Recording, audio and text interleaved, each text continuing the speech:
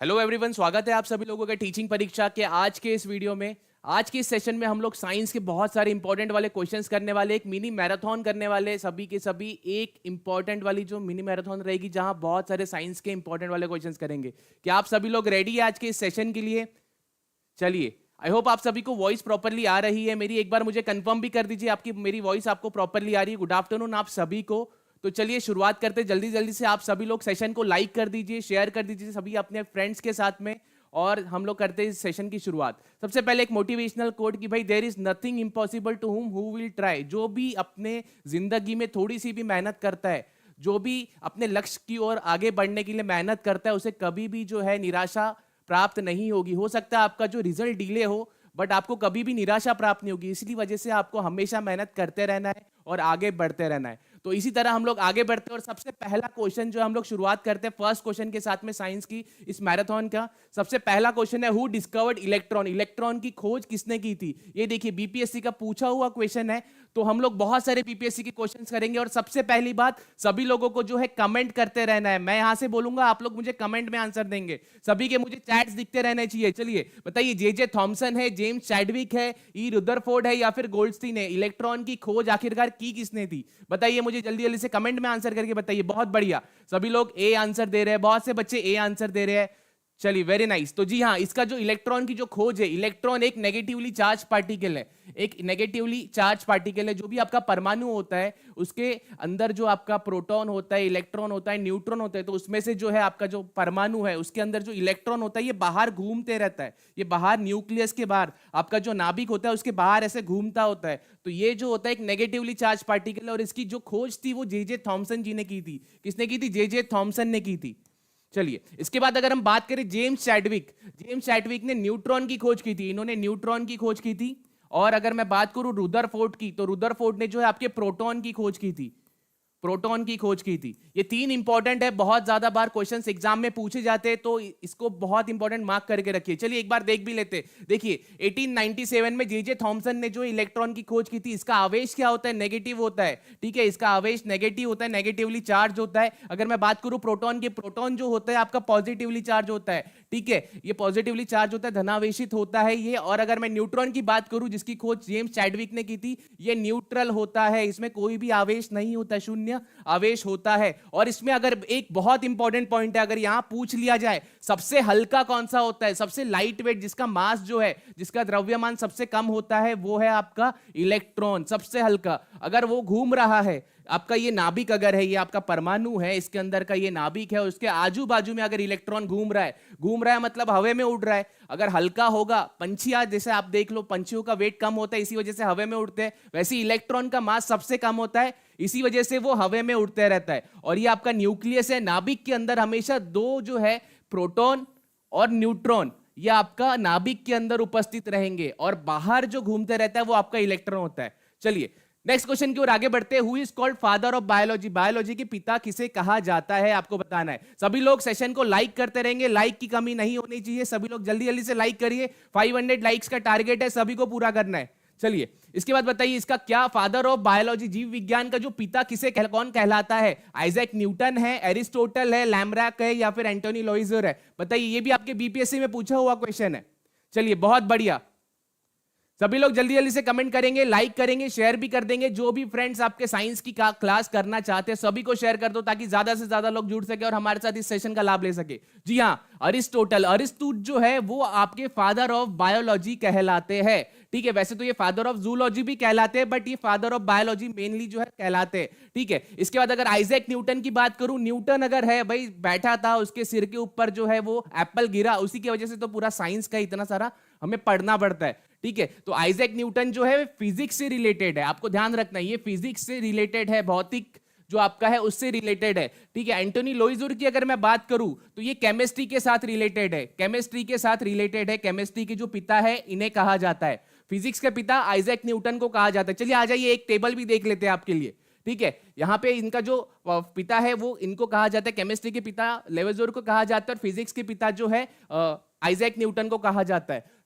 चलिए आगे बढ़ते हैं नेक्स्ट क्वेश्चन की ओर। सभी लोग कमेंट करते रहेंगे और जितने भी लोग हैं सारे के सारे ही कमेंट करेंगे। Another name for quick silver. जो क्विक सिल्वर है इसका और एक नाम क्या है? एल्यूमिनियम को क्विकसिल्वर कहा जाता है, या फिर मर्क्यूरी आपका जो पारा होता है उसे कहा जाता है, चांदी जो है उसे कहा जाता है, या फिर जिंक जस्ता जो होता है? बताइए इसमें से कौन सा सही आंसर है? मोटर इंस्पेक्टर व्हीकल 2022 का क्वेश्चन है, आपके बीपीएससी में पूछा जा चुका है ये क्वेश्चन, और बहुत ज्यादा चांसेस है आपको जो आपके बीपीएससी टीआरई में भी पूछा जाएगा। चलिए बहुत बढ़िया, बहुत बच्चे पारा पारा मर्क्यूरी कर रहे हैं। जी हाँ, जो पारा होता है, यहां पे बच्चे कंफ्यूज होते हैं कि भाई सिल्वर बोला है तो ये सिल्वर चांदी रहेगा, बट ये चांदी नहीं है। क्विक सिल्वर जो है मर्क्यूरी का नाम है, पारा जो है उसे कहा जाता है। ठीक है, मर्क्यूरी जो होता है उसी को ही क्विक सिल्वर कहा जाता है। ये एक मेटल है, अगर आपने पीरियोडिक टेबल अगर पता है आपको, उसके अंदर में जो है आपका मेटल जो है मर्क्यूरी एक मेटल होता है। ये एक इकलौता मेटल है, ये एक मेटल है जो लिक्विड होता है, लिक्विड तरल फॉर्म में पाया जाता है। इसके साथ और एक मेटल है गैलियम आपका, ठीक है, बहुत इंपॉर्टेंट है, ये भी चीज ध्यान रखना। मर्क्यूरी के साथ गैलियम है जो कि लिक्विड फॉर्म में रूम टेम्परेचर पे पाया जाता है। ये दो ही मेटल ऐसे हैं जो लिक्विड होते हैं पूरे पीरियोडिक टेबल के अंदर। क्लियर है? 118 एलिमेंट होते हैं हमारे पीरियोडिक टेबल में, उसमें से ये दो मेटल है केवल जो लिक्विड फॉर्म में पाए जाते हैं। क्लियर है सभी को? जल्दी जल्दी से कमेंट करके बता देंगे सभी को क्लियर है ये जो पॉइंट्स हम लोग डिस्कस कर रहे हैं। चलिए बहुत बढ़िया, आगे बढ़ते। गुड आफ्टरनून सभी को जो लोग अभी जुड़े हुए। अब बताइए गाजर का रंग नारंगी होता है क्योंकि? गाजर का रंग नारंगी क्यों होता है? यह विशिष्ट मिट्टी से बढ़ता है इसी वजह से होता है, या फिर ये इसमें कैरेटीन होता है इसी वजह से होता है, या फिर यह सूर्य की प्रकाश के संपर्क में नहीं आता है इसी वजह से होता है? पूरे पौधे का रंग नारंगी होता है, या फिर एक से अधिक, या कोई भी नहीं? बताइए, ये भी बीपीएससी का आपका जो हेडमास्टर है उसके एग्जाम में पूछा जा चुका क्वेश्चन है। जल्दी जल्दी से कमेंट करके सभी लोग बताएंगे मुझे क्या इसका करेक्ट आंसर है। चलिए बहुत बढ़िया, आपने अक्सर गाजर खाए होंगे, ऑरेंज कलर के होते हैं। ठीक है, अब यहाँ पे पूछा है कि लाल रंग जो होता है वो किस वजह से होता है? नारंग, गाजर का जो रंग जो है नारंगी है वो किस वजह से होता है? बताइए। जी हाँ, बहुत बढ़िया, बी बी बी सभी लोग बोल रहे हैं, इसमें कैरेटीन होता है। जी हाँ, इसके अंदर जो है कैरेटीन नाम का एक जो है सब्सटेंस होता है, ठीक है, केमिकल होता है, इसी वजह से जो है इसका जो है ऑरेंज कलर होता है ये। ठीक है, ये ऑरेंज कलर का होता है। अक्सर आपने देखा होगा कि लाल कलर के भी जो है ना बहुत ज्यादा गाजर मिलते हैं मार्केट में, अलग अलग कलर के भी मिलते हैं, बट लाल कलर के भी गाजर मिलते हैं। जैसे ये देखिए, ये लाल कलर का गाजर है। अब लाल कलर होने का जो रीजन है वो देखिए, उसमें इंपॉर्टेंट है कि जब लाल कलर की बात आ जाती है तो उसके अंदर जो एंथ्रोसाइनिन नाम का एक केमिकल सब्सटेंस होता है, ठीक है, रसायन होता है, इसी वजह से उसका रंग जो है लाल कलर का दिखता है हमें। कुछ गाजर लाल होते हैं, कुछ ऑरेंज कलर के होते हैं, तो लाल जो होते हैं वो इसी वजह से होता है, एंथ्रोसाइनिन की वजह से।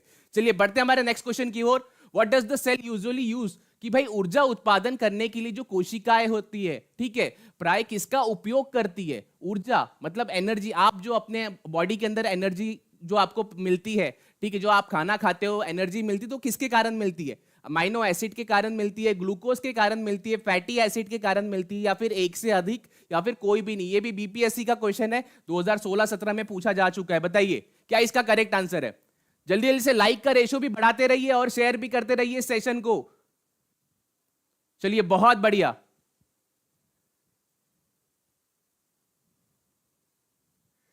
बिल्कुल गुड़िया जी, बिल्कुल रेगुलरली क्लास होगी साइंस की, आप टेंशन ना लीजिए। अभी ये इस पे फोकस कीजिए कि कौन सा इसका क्या करेक्ट आंसर है। जी हाँ, बी। बहुत से बच्चे जो है लाइन लगी हुई है बी की। तो ग्लूकोज जो होता है, ग्लूकोज जो होता है आपके बॉडी में जो जनरेट होता है, जब भी आप खाना खाते हो तो आपके बॉडी में ग्लूकोज जनरेट होता है, यानी कि C6। इसका रासायनिक सूत्र क्या है?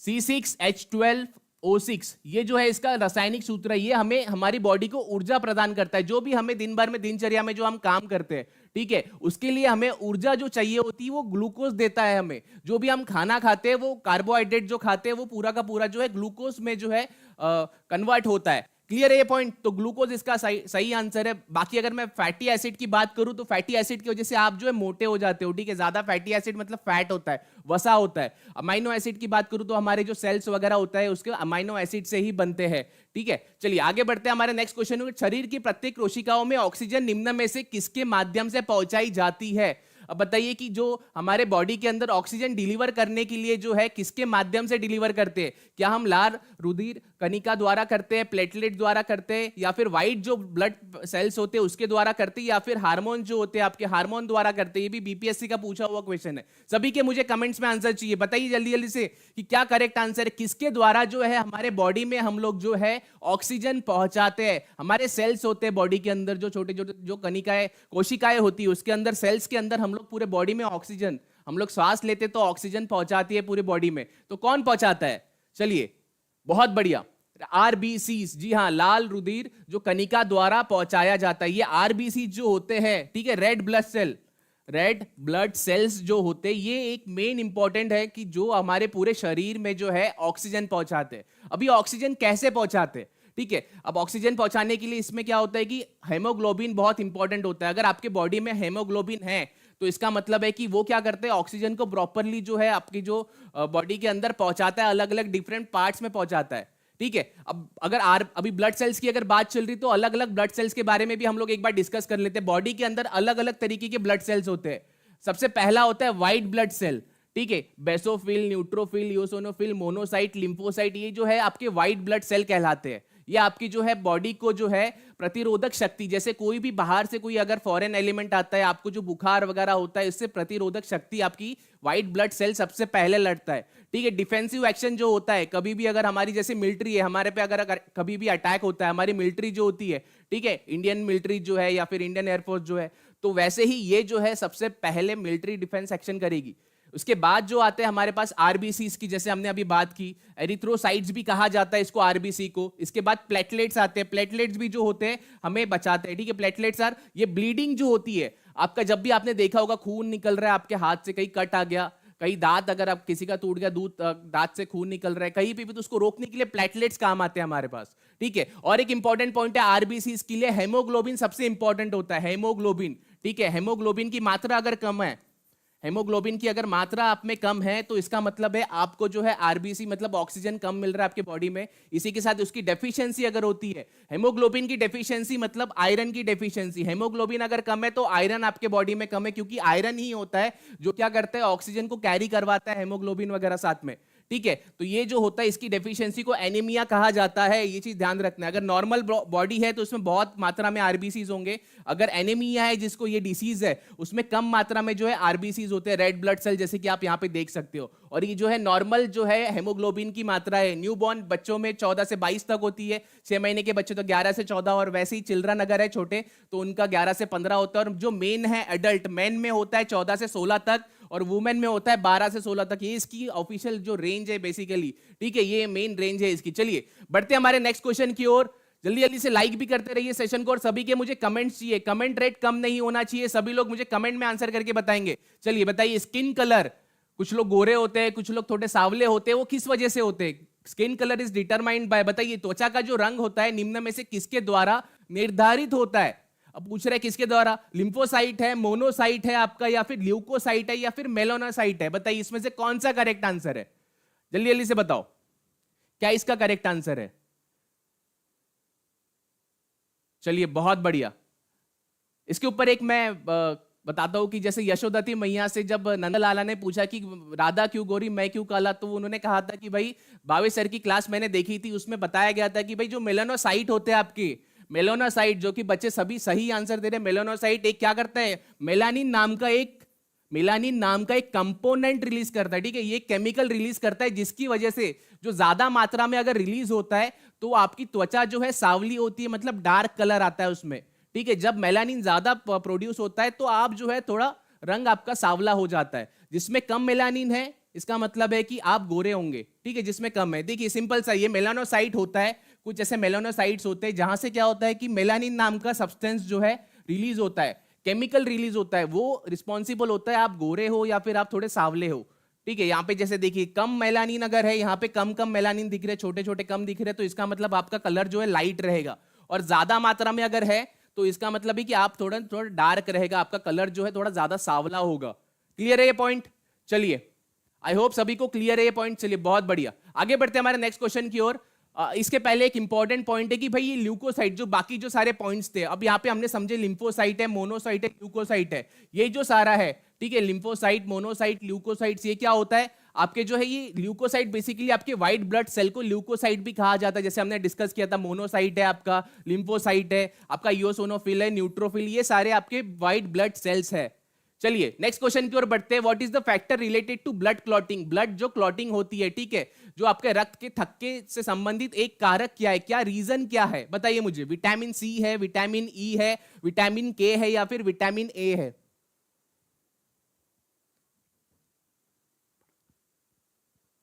चलिए जल्दी जल्दी से कमेंट करके मुझे सभी लोग बताएंगे क्या इसका करेक्ट आंसर है।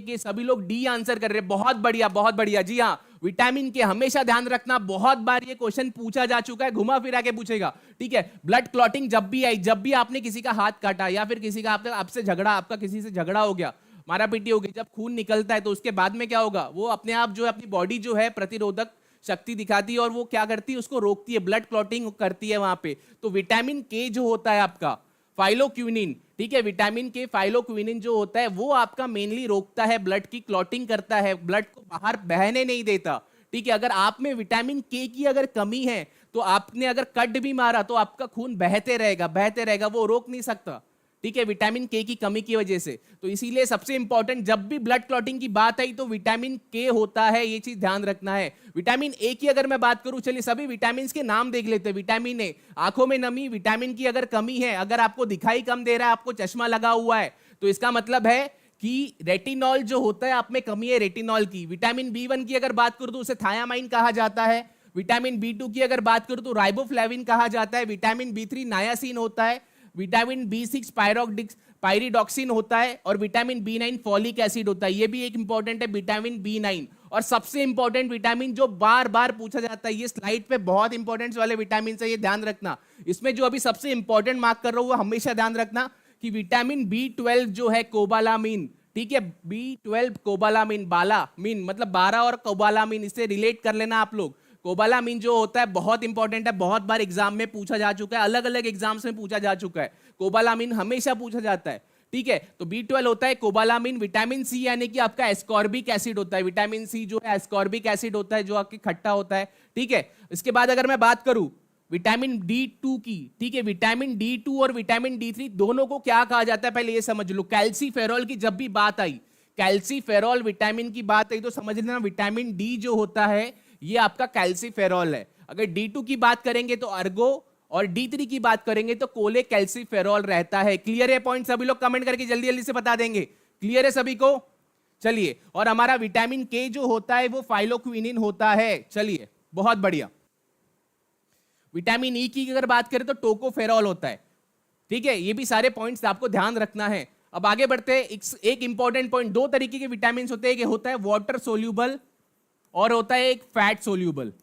और फैट सोल्यूबल में 4 विटामिन होते हैं। फैट सोल्यूबल मतलब KEDA, ये ट्रिक से आप लोग याद रख लेना। कीड़ा, के विटामिन के, vitamin E, vitamin D, vitamin A, ये जो सारे 4 विटामिन है ये आपके फैट सोल्यूबल होते हैं। फैट जैसे कि समझ लो कि आपका जो ऑयल है, ऑयल के अंदर कीड़ा तैरते रहता है ना, तो वैसे ही समझ लो कि कीड़ा जो होता है आपका जो है ये फैट सोल्यूबल विटामिन होता है। क्लियर है पॉइंट सभी को? चलिए बढ़ते हैं हमारे नेक्स्ट क्वेश्चन की ओर।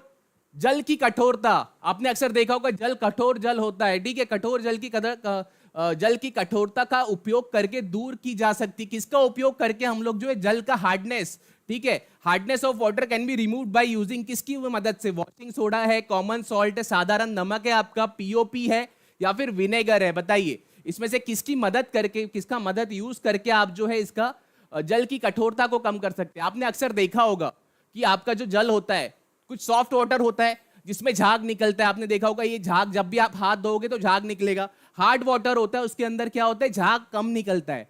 तो इसका कारण क्या होता है? ज्यादा मात्रा में जो है आपके मैग्नीशियम वगैरह जो है और कैल्शियम के आयंस होते हैं, ज्यादा मात्रा में कैल्शियम मैग्नीशियम के आयंस होते हैं, उसके मिनरल ज्यादा होते हैं, खनिज ज्यादा होते हैं, इसी वजह से जो है वो हार्ड वाटर होता है। तो इसका जो मेन रीजन है ये है हार्ड वाटर होने का। अब बताइए इसमें से क्या करेक्ट आंसर है? जी हाँ बताइए, जल्दी जल्दी से कमेंट करके बताइए। धावन सोडा, धावन सोडा, जी हाँ, आपका जो धावन सोडा होता है, वॉशिंग सोडा, ठीक है, वॉशिंग सोडा, सोडियम कार्बोनेट, क्या कहते हैं इसका दूसरा नाम क्या है? Sodium carbonate. सोडियम कार्बोनेट जो होता है ये जब आप डाल देते हो वो हार्ड वाटर के अंदर तो वो क्या होगा, सॉफ्ट वाटर में कन्वर्ट हो जाता है और वो ज्यादा यूज करने के लायक हो जाता है, ठीक है। इसकी हार्डनेस को वैसे उस तरीके से हम लोग रिमूव कर सकते हैं, ठीक है। चलिए देखिए, जैसे ये आपका हार्ड वाटर है, इसमें झाग नहीं निकल रहा है, यहाँ पे झाग नहीं निकल रहा है, बट यहाँ पे देखिए इतना सारा झाग निकल रहा है। देखिए पांडे अपने जो कपड़े धो रहा है इसमें इतने सारा झाग निकल रहा है, टाइट का इस्तेमाल किया इसने, वॉशिंग पाउडर का इस्तेमाल कर रहा है, इसी वजह से झाग निकल रहा है। क्लियर है? तो ज्यादा मात्रा में जब कैल्शियम और मैग्नीशियम के आयंस होते हैं तो वो क्या होता है, हार्ड वाटर होता है। और जब सॉफ्ट वाटर में कम मिनरल्स होते हैं, खनिज कम होते हैं, इसी वजह से वो आपका जो है जल्दी ज्यादा झाग निकलता है। क्लियर है पॉइंट? चलिए आगे बढ़ते हमारे नेक्स्ट क्वेश्चन की ओर। सभी के आंसर्स और कमेंट आने चाहिए। जल्दी जल्दी से सेशन को लाइक कर दीजिए। आप लोग लाइक नहीं कर रहे, 500 का हमारा टारगेट है, और जल्दी से शेयर भी कर दीजिए सभी के साथ में। जी हाँ, क्या ये 6 to 8 में जीएस में आएगा? जी हाँ, ये सभी जीएस में भी आएगा, और हम लोग बहुत इंपॉर्टेंट वाले साइंस के भी क्वेश्चंस कर रहे हैं जो आपके मेन सब्जेक्ट में भी आएंगे। जी हाँ, NaHCO3 बिल्कुल बराबर कह रहे हैं आप। चलिए बताइए इस क्वेश्चन का आंसर बताइए। जैविक सिस्टम, आपकी जो लिविंग सिस्टम होती है में रासायनिक क्रिया की प्रक्रिया को तेज, कैटालाइज मतलब कि एक्सेलरेट करना, एक्सेलरेट करने के लिए, जो कैटालाइज करने के लिए, प्रक्रिया को ऐसा कैटालाइज करने के लिए उत्तरदायी पदार्थ कौन सा होता है? क्या आपका बैक्टीरिया जो है आपकी, जो एक्सेलरेट करता है जो भी आपकी लिविंग सिस्टम है, ठीक है, केमिकल रिएक्शन जो आपके बॉडी में होती है उसको जल्दी करने के लिए किसका इस्तेमाल करते हैं? बैक्टीरिया होता है, डीएनए होता है, प्रोटीन्स होते हैं, या फिर एंजाइम्स होते हैं? बीपीएससी का 2001 का क्वेश्चन है ये, बीपीएससी में पूछा जा चुका है। बताइए जल्दी जल्दी से कमेंट करते रहिए, कमेंट आपके कम नहीं होने चाहिए। जल्दी से बता दो कितने लोग। 380 लाइक हुए, सिर्फ 380 लाइक। 500 का टारगेट पूरा करना है। जल्दी जल्दी से लाइक भी करते रहिए सेशन को। जितने भी लोग यहाँ पे कमेंट कर रहे हैं सभी को लाइक भी करना है। जी हाँ, बहुत बढ़िया। अर्चना जी, अमृता जी, सभी लोगों के आंसर सी दिखाई दे रहे हैं। Enzymes enzymes enzyme. जी हाँ, आपको ध्यान रखना है कि जो एक्सेलरेटिंग होता है, ठीक है, सबसे पहले जो लिविंग सिस्टम होता है, हमारी बॉडी का लिविंग सिस्टम जो है, रासायनिक क्रिया जो होती है उसके अंदर क्या होता है कि हम लोग प्रक्रिया फास्ट करने के लिए कैटालाइज यूज करते हैं, मतलब ऑटोमेटिक कैटालाइज होते हैं हमारे बॉडी के अंदर। एंजाइम्स होते हैं, जो एंजाइम्स होते हैं वो कैटलिस्ट का काम करते हैं, ज्यादा हमारी जो केमिकल रिएक्शन को फास्ट करने का काम करते हैं, ठीक है। अब बैक्टीरिया जो है आपके, ठीक है, बैक्टीरिया तो वो काम नहीं करते हैं। इसके बाद डीएनए, डीएनए हमने कल पढ़ा था, डीऑक्सी राइबो न्यूक्लिक एसिड, जो कि हमारे पेरेंट्स से, जो हम हमारे पेरेंट जैसे दिखते हैं, ठीक है, तो उसके लिए ये रिस्पॉन्सिबल होते हैं। डीएनए और आरएनए दो होते हैं, न्यूक्लिक एसिड होते हैं। प्रोटीन्स जो होते हैं, ठीक है, हमारे बॉडी के अंदर जो हम बेसिकली हमारे बॉडी के अंदर प्रोटीन्स, फैट्स और विटामिन्स वगैरह जो हम लोग खाते हैं, ठीक है, वो अलग है। इसके बाद देखिए ये एक एग्जांपल है कि आपके एंजाइम्स अगर होते क्या है पैनक्रियास के अंदर, जैसे पैनक्रियास के अंदर यहाँ पे देखिए एंजाइम्स रिलीज हो रहे हैं, यहाँ पे एंजाइम्स रिलीज हो रहे हैं आपके पैनक्रियास जो होते हैं, ठीक है। इसके बाद जैसे ही आप खाना खाते हो तो माउथ के अंदर भी आपके एंजाइम रिलीज होते हैं, माउथ के अंदर भी आपके जो है एंजाइम्स रिलीज होते हैं यहाँ पर, ठीक है। माउथ खाने के बाद आपके पेट में जो उसके बाद में पैनक्रियास जो है वहां अलग अलग बॉडी में पूरे एंजाइम्स जो है रिलीज होते हैं। अब कार्बोहाइड्रेट जो होते हैं आपके, एक इंपॉर्टेंट पॉइंट बता रहा हूं, ध्यान रखना, ठीक है, बहुत से बच्चे कंफ्यूज होते हैं यहाँ पे। कार्बोहाइड्रेट का एक पॉइंट बता रहा हूं, कार्बोहाइड्रेट जो होता है आपका, ये दो तरीके के होते हैं, एक सिंपल होता है और एक कॉम्प्लेक्स होता है, ठीक है। सिंपल कार्बोहाइड्रेट का मतलब है जो आसानी से पचन हो जाए, जब भी आप खाना खाओ, ठीक है, दाल चावल रोटी जब भी खाओ आसानी से हजम हो जाता है, तो ये जो है डायरेक्टली हमें शुगर यानी कि ग्लूकोज देते हैं, ग्लूकोज देते हैं, ठीक है। बट कुछ कॉम्प्लेक्स होते हैं, तो जैसे कि स्टार्च है, फाइबर है, तो ये जल्दी पचते नहीं है, थोड़ा समय लगता है। तो ये दो तरीके के कार्बोहाइड्रेट्स होते हैं। चलिए, which category of food contents highest calories, मतलब सबसे ज्यादा ऊर्जा भोजन के किस वर्ग में प्रति यूनिट भार कैलोरी जो है सबसे ज्यादा मात्रा में होती है, सर्वाधिक होती है, आपको बताना है। अब मुझे कमेंट करके बताओ किसमें सबसे ज्यादा मात्रा में जो है आपकी कैलोरीज होती है, ठीक है। कैलोरीज होना मतलब ज्यादा ऊर्जा पैदा करेगा। आप जो खाओ, कम भी खाओगे तो सबसे ज्यादा जो है उसमें ऊर्जा पैदा करेगा। बताइए इसका क्या करेक्ट आंसर है? विटामिन है, फैट है, कार्बोहाइड्रेट है, या फिर प्रोटीन है? जल्दी से मुझे कमेंट करके सभी के आंसर सही चाहिए कि क्या इसका करेक्ट आंसर है। बहुत से बच्चे जो है सी आंसर कर रहे हैं, कुछ लोग बी आंसर कर रहे हैं। चलिए समझते हैं, जब आप खाना खाते हो, ठीक है, आप बच्चे जो मोटे होते हैं, बच्चे आपने देखा होगा कि बहुत लोग हेल्दी होते हैं, थोड़ा सा जैसे खाना, कुछ लोग पतले होते हैं, कुछ लोग हेल्दी होते हैं। तो हेल्दी लोग क्या होता है, ज्यादा फैट वसा कंज्यूम करते हैं, इसी वजह से क्या होता है वो ज्यादा मोटे हो जाते हैं। तो इसका जो करेक्ट आंसर है, सबसे ज्यादा हाईएस्ट कैलोरी किसमें होती है? देखिए 1 ग्राम अगर आप कार्बोहाइड्रेट खाओगे तो इसमें कितना 4.2 के करीब जो है किलो कैलोरी आपको मिलती है, 4.2 के करीबन किलो कैलोरी मिलती है। अगर आप 1 ग्राम प्रोटीन खाते हो, ठीक है, तो उसमें 4 किलो कैलोरी मिलती है आपको, 4 किलो कैलोरी, ध्यान रखना, 4.2। और उससे भी ज्यादा किसमें मिलेगी? जब आप 1 ग्राम वसा फैट खाओगे, ठीक है, फैट सैचुरेटेड जो फैट्स वगैरह होते हैं वो अगर खाते हो तो 9 किलोग्राम सबसे ज्यादा मिलती है इसमें। 9 किलोग्राम की किलो कैलोरी जो है, 9 किलो कैलोरी आपको मिलती है इसमें। तो इसका मतलब क्या हुआ? विटामिन में किलो कैलोरी तो पाई नहीं जाती है, सबसे पहले विटामिन के अंदर तो होती नहीं है। तो ये जो 3 है आपके, प्रोटीन में सबसे कम, सबसे पहला प्रोटीन आता है, उसके बाद क्या आता है, उसके बाद आएगा आपका कार्बोहाइड्रेट, उसके बाद आएगा आपका फैट, ठीक है, सबसे ज्यादा इसमें फैट में होता है। क्लियर है पॉइंट? चलिए, तो इसका जो करेक्ट आंसर है वो है आपका बी, वसा। वसा के अंदर सबसे ज्यादा मात्रा में जो होता है आपका हाईएस्ट किलो कैलोरी होता है। क्लियर है पॉइंट? सभी लोग कमेंट करके बताएंगे सभी को कि सभी के आंसर सही थे या नहीं थे। चलिए जल्दी जल्दी से बता दीजिए। जी हाँ, चीज बटर घी वगैरह जो आप खाते हो उससे सबसे ज्यादा फैट बढ़ता है आपका। चलिए ये देखिए, आपके जो प्रोटीन्स होते हैं, जो आप फिश वगैरह खाते हो, अंडे वगैरह खाते हो, उससे प्रोटीन मिलते हैं, ये 4 किलो कैलोरी के करीबन होता है। उसके बाद फैट जो होता है ये 9 किलो कैलोरी होता है और ये 4.2 के करीबन किलो कैलोरीज होती है जब आप कार्बोहाइड्रेट्स वगैरह खाते हो। अब बढ़ते हैं नेक्स्ट क्वेश्चन की ओर कि निम्नलिखित में से कौन सी जो विटामिन है खून की जमने, क्लॉटिंग ऑफ ब्लड में आवश्यकता होती है, बताइए। अब कौन सा ऐसा विटामिन है जमने के लिए आवश्यकता होती है? विटामिन ए है, विटामिन ई है, या फिर विटामिन के है, या फिर विटामिन सी है? मैंने बोला था बहुत इंपॉर्टेंट क्वेश्चन है, बहुत बार पूछा जा चुका है, अभी हमने डिस्कस किया था इसके ऊपर। जल्दी से कमेंट करके सभी के कमेंट्स आंसर में आने चाहिए। कमेंट करके बताओ कि क्या इसका करेक्ट आंसर है। चलिए हम लोग बहुत क्लोज है, अभी 484 लाइक्स हो चुकी है, 500 का टारगेट हमने सेट किया। जल्दी से 500 सेट कर दो, जल्दी से लाइक्स कर दो, जल्दी जल्दी सभी लोग लाइक कर देंगे। बताइए इसका क्या करेक्ट आंसर है साथ ही साथ।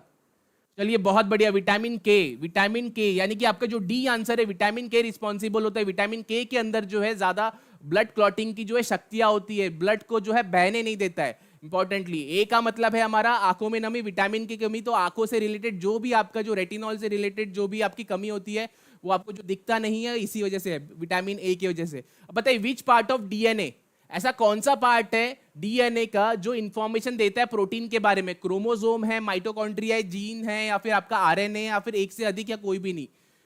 डीएनए का कौन सा भाग प्रोटीन को सूचना देता है? माइटोकॉन्ड्रिया है, जीन है, क्रोमोसोम है, या फिर आरएनए है? बताइए इसमें से, या फिर एक से अधिक, या कोई भी नहीं? जल्दी से कमेंट करके सभी लोग सही आंसर्स देंगे।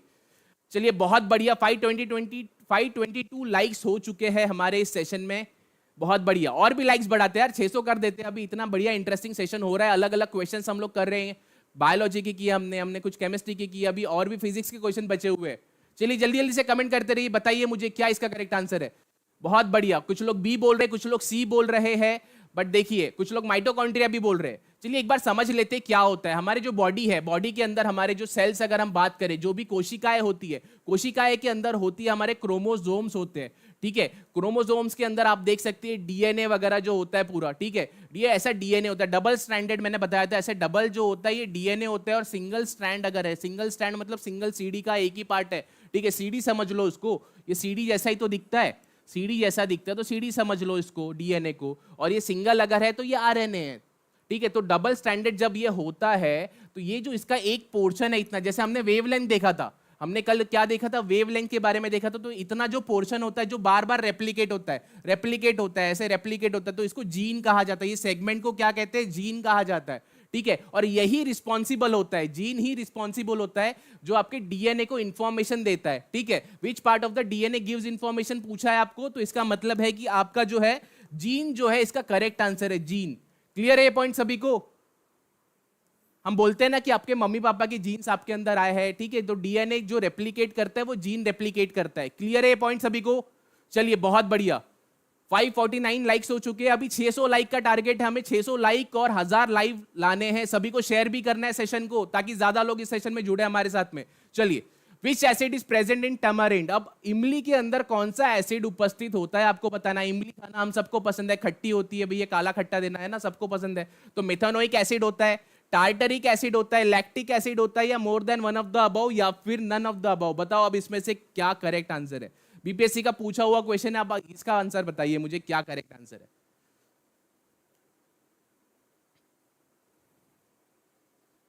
जल्दी से कमेंट करके बताओ मुझे क्या इसका करेक्ट आंसर है। बहुत ही सिंपल सा क्वेश्चन है और बहुत ही आसान है।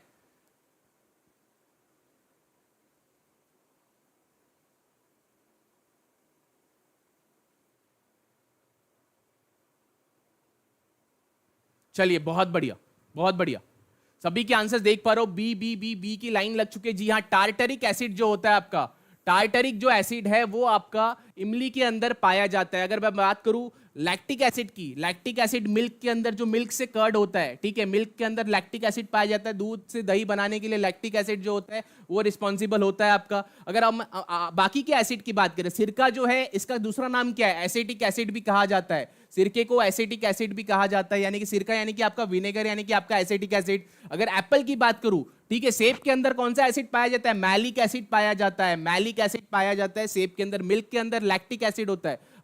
हमने कल डिस्कस किया था ना कि मिल्क, आपका जो दूध होता है कुछ हद तक जो है वो अम्लीय होता है, उसका पीएच जो है 7 से कम होता है, इसी वजह से वो अम्लीय होता है, ठीक है। एंड के अंदर जो है आपका फॉर्मिक एसिड होता है। देखिए दूध जो है, दूध के अंदर लैक्टिक आ गया, अंगूर के अंदर आपका फिर से टार्टरिक आ गया, नींबू के रस के अंदर आपका साइट्रिक एसिड आता है, नींबू के रस के अंदर साइट्रिक एसिड आता है। एंट जो है इसके अंदर आपका फॉर्मिक एसिड होता है, फॉर्मिक एसिड। ग्रेप्स के अंदर टार्टरिक एसिड, फिर से टमाटर के अंदर ऑक्सैलिक एसिड, लेमन के अंदर साइट्रिक एसिड। क्लियर? ये पॉइंट बहुत इंपॉर्टेंट है, इसमें से बहुत से क्वेश्चंस पूछे जाते हैं, ठीक है। चलिए, ये पूरा आपका एनसीईआरटी का पूरा मेन जो है, इसमें से बहुत सारे क्वेश्चन पूछे जा चुके हैं। एनसीईआरटी का सबसे इंपॉर्टेंट है, अलग अलग एग्जाम्स, आप अलग कोई भी एग्जाम दो, ठीक है, एसएससी की दो या फिर अदर कोई भी स्टेट या फिर गवर्नमेंट एग्जाम दो, इसमें पूछा जाएगा, ये बहुत इंपॉर्टेंट है। सिरका, आपका सिरके के अंदर एसिटिक एसिड, संतरे के अंदर साइट्रिक एसिड, इमली के अंदर आपका टार्टरिक एसिड, टमाटर के अंदर आपका ऑक्सैलिक एसिड। क्लियर है? ये चींटी का डंक या फिर नेटल का डंक, नेटल एक प्लांट होता है, उसका अगर डंक होता है तो ये दोनों के अंदर मिथेनोइक एसिड होता है, methanoic acid, most important methanoic acid. जब भी चींटी काटती है आपको दर्द होता है ना, यहाँ पे थोड़ा सा सूजन आ जाती है, दर्द होता है, तो किस वजह से होता है? वो हमारे शरीर के अंदर मेथेनोइक एसिड अम्ल डाल देती है, मेथेनोइक अम्ल डाल देती है, इसी वजह से होता है। खट्टा दूध अगर है तो लैक्टिक अम्ल होता है, नींबू के अंदर साइट्रिक एसिड होता है। क्लियर है पॉइंट? चलिए जल्दी से सभी लोग कमेंट करके बताएंगे क्लियर है ये पॉइंट। चलिए बहुत बढ़िया। फॉर्मिक एसिड को मेथेनोइक एसिड भी बोलते हैं, बोल रहे हैं। चलिए बहुत बढ़िया, अब आगे बढ़ते हैं हम लोग। सोडियम हाइड्रोक्साइड और हाइड्रोक्लोरिक एसिड जो होता है रिएक्ट करता है एक साथ में, ठीक है। सोडियम हाइड्रोक्साइड, सोडियम हाइड्रोक्साइड का मतलब है कि सोडियम मतलब Na का मतलब सोडियम होता है, हाइड्रोक्साइड मतलब पानी मतलब OH, ठीक है, सोडियम हाइड्रोक्साइड। अब हाइड्रोक्लोरिक एसिड जो कि हमारे पेट में पाया जाता है, ठीक है, हमारे एसिडिटी जो होती है ना हमारे शरीर के अंदर, पेट के अंदर, तो ये इसी वजह से होता है। इसका क्या है? इसे हम HCl कहते हैं, ठीक है। HCl मतलब कि इसके साथ में NaOH के साथ जब HCl होता है, मिल जाता है, टू फॉर्म सोडियम क्लोराइड और water. Which reaction is this? ये कौन सी रिएक्शन कहलाती है, पूछ रहा है। सोडियम हाइड्रोक्साइड के जब साथ में ये अभिक्रिया क्या कहलाती है आपको बताना है। न्यूट्रलाइजेशन, उदासीनीकरण कहलाती है, विघटन कहलाती है, संयोजन कहलाती है, एक से अधिक या फिर कोई भी नहीं। बताइए, सभी लोग कमेंट करके बताएंगे। चैट रेट बढ़ते रहना चाहिए, सभी के कमेंट्स आने चाहिए। जो जो ये सेशन देख रहा है सभी को बताना है कि क्या इसका करेक्ट आंसर है। ये पूछा हुआ क्वेश्चन है बीपीएससी का, बीपीएससी ने इसके ऊपर क्वेश्चन पूछा हुआ है। चलिए जल्दी से बताइए कमेंट करके, चैट रेट कम नहीं होना चाहिए, सभी लोग चैट करते रहेंगे, आंसर्स मुझे बताते रहेंगे। बहुत बढ़िया, ए सभी के लोगों के आंसर जो है ए है। इसका क्या सॉल्यूशन क्या, इसने क्या कहा? NaOH, ये क्या होता है आपका? एक क्षार है, क्षार है ये आपका, ठीक है, मतलब कि बेस है। बेस के साथ जब आप एसिड मिला देते हो, जब आप अम्ल मिला देते हो तो क्या आएगा? एसिड और बेस का जब आप मिक्सचर करते हो तो क्या? सॉल्ट और वाटर। NaCl क्या होता है आपका? सॉल्ट होता है, साधारण नमक, प्लस वाटर आपका H2O होता है, ठीक है। तो ये जो पूरी प्रक्रिया होती है इसे न्यूट्रलाइजेशन प्रक्रिया कहा जाता है, इसे न्यूट्रलाइजेशन प्रक्रिया, उदासीनीकरण की प्रक्रिया कहा जाता है। इसके साथ में जो है हीट निकलती है, उष्मा निकलती है, हीट निकलती है। जब भी ये रिएक्शन होगी, जो भी बीकर में, जो भी कंटेनर में होगी, जिसमें भी डालोगे, ग्लास के ट्यूब में डालोगे एसिड और बेस, तो उसमें जो है हीट निकलेगी। जैसे देखिए, इसमें आपने एसिड डाला और थोड़ा बेस डाला, अम्ल और क्षार, सॉल्ट और वाटर तो बन गया। सॉल्ट बनेगा, एक लवण बनेगा आपका, और पानी बनेगा, और साथ ही साथ आपकी हीट जो है, उष्मा, इसको छुओगे तो वो गर्म होगा, ठीक है, हीट रिलीज होती है ये पूरे प्रोसेस के अंदर। क्लियर है? इसी को जो है उदासीनीकरण प्रक्रिया कहा जाता है। एक और पॉइंट, अब एक और चीज बता देता हूं एसिड और बेस के बारे में। कभी अगर पूछ लिया जाए आपको, जैसे कि पूछा भी जाता है, एसिड जो है हमेशा खट्टा होगा। जब भी आप एसिड को चखोगे, आप नींबू को चखो, उसके अंदर भी एसिड होता है, साइट्रिक एसिड है।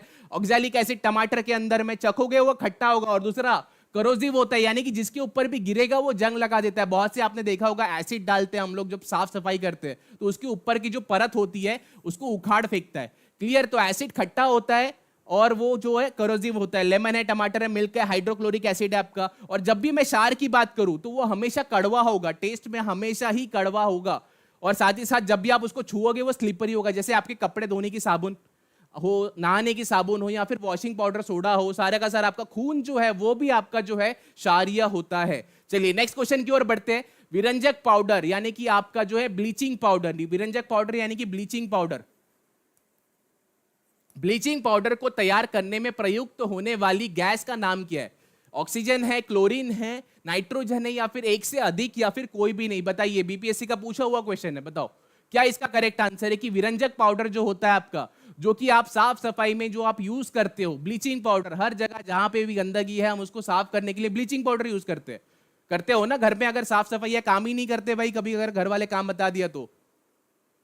चलिए बहुत बढ़िया, बताइए आंसर क्या इसका करेक्ट है। सभी के आंसर्स आने चाहिए, चैट रेट कम नहीं होना चाहिए और लाइक्स भी बढ़ते रहने चाहिए। 638 लाइक है, 700 का टारगेट पूरा करना है हमें। जल्दी जल्दी से लाइक भी करते रहिए, शेयर भी करते रहिए।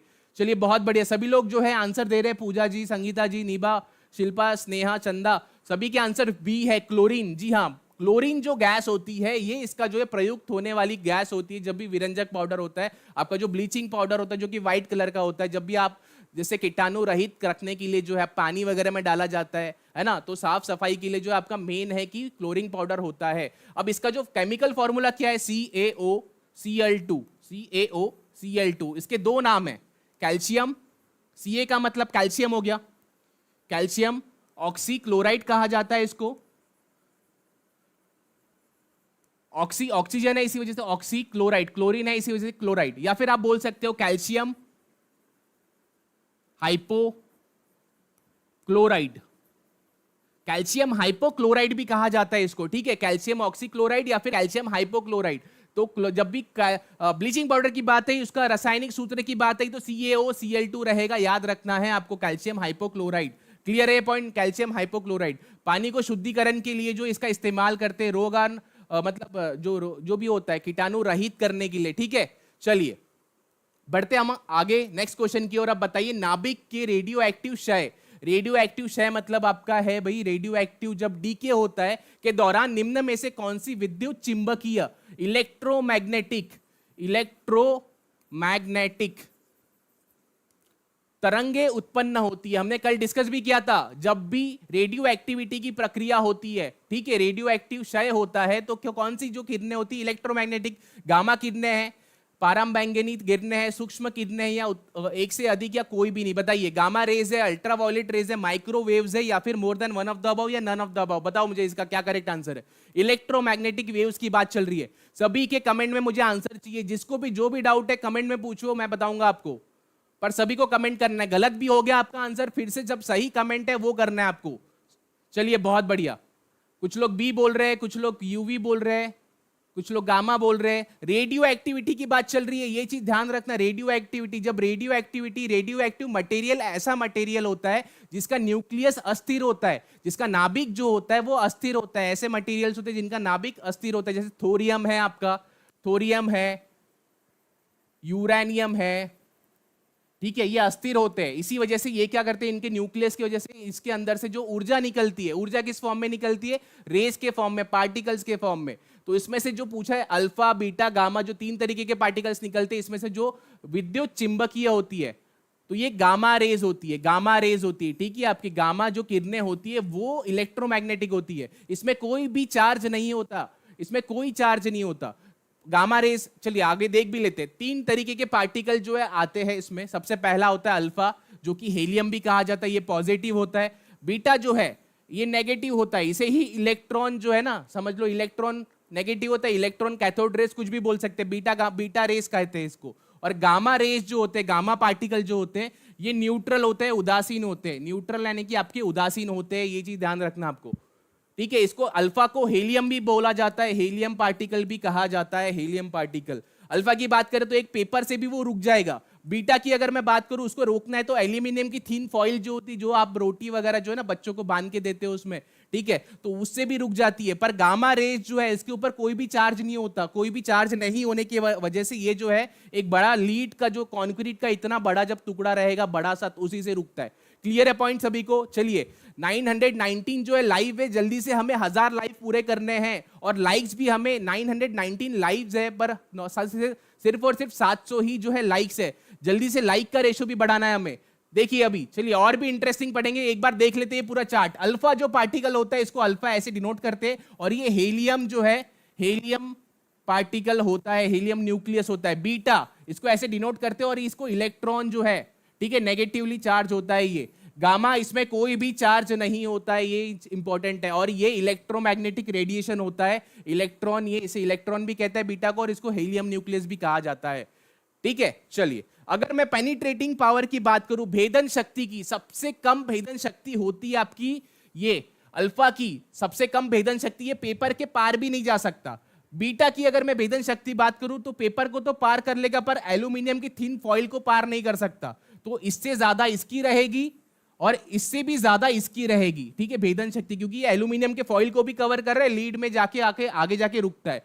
चलिए आगे बढ़ते हैं नेक्स्ट क्वेश्चन की ओर। Which one of the following is not, सबसे पहला काम यह है कि क्वेश्चन सही से पढ़ो, यहां पे मैंने हाईलाइट करके इसी वजह से रखा है नॉट, केमिकल चेंज पूछा है, ठीक है। बहुत बार बच्चे क्या करते हैं एग्जाम में गड़बड़ी में कर देंगे कि भाई पढ़ लेंगे which of the following is a chemical change, पढ़ लेंगे और टिक मार्क करके आ जाएंगे।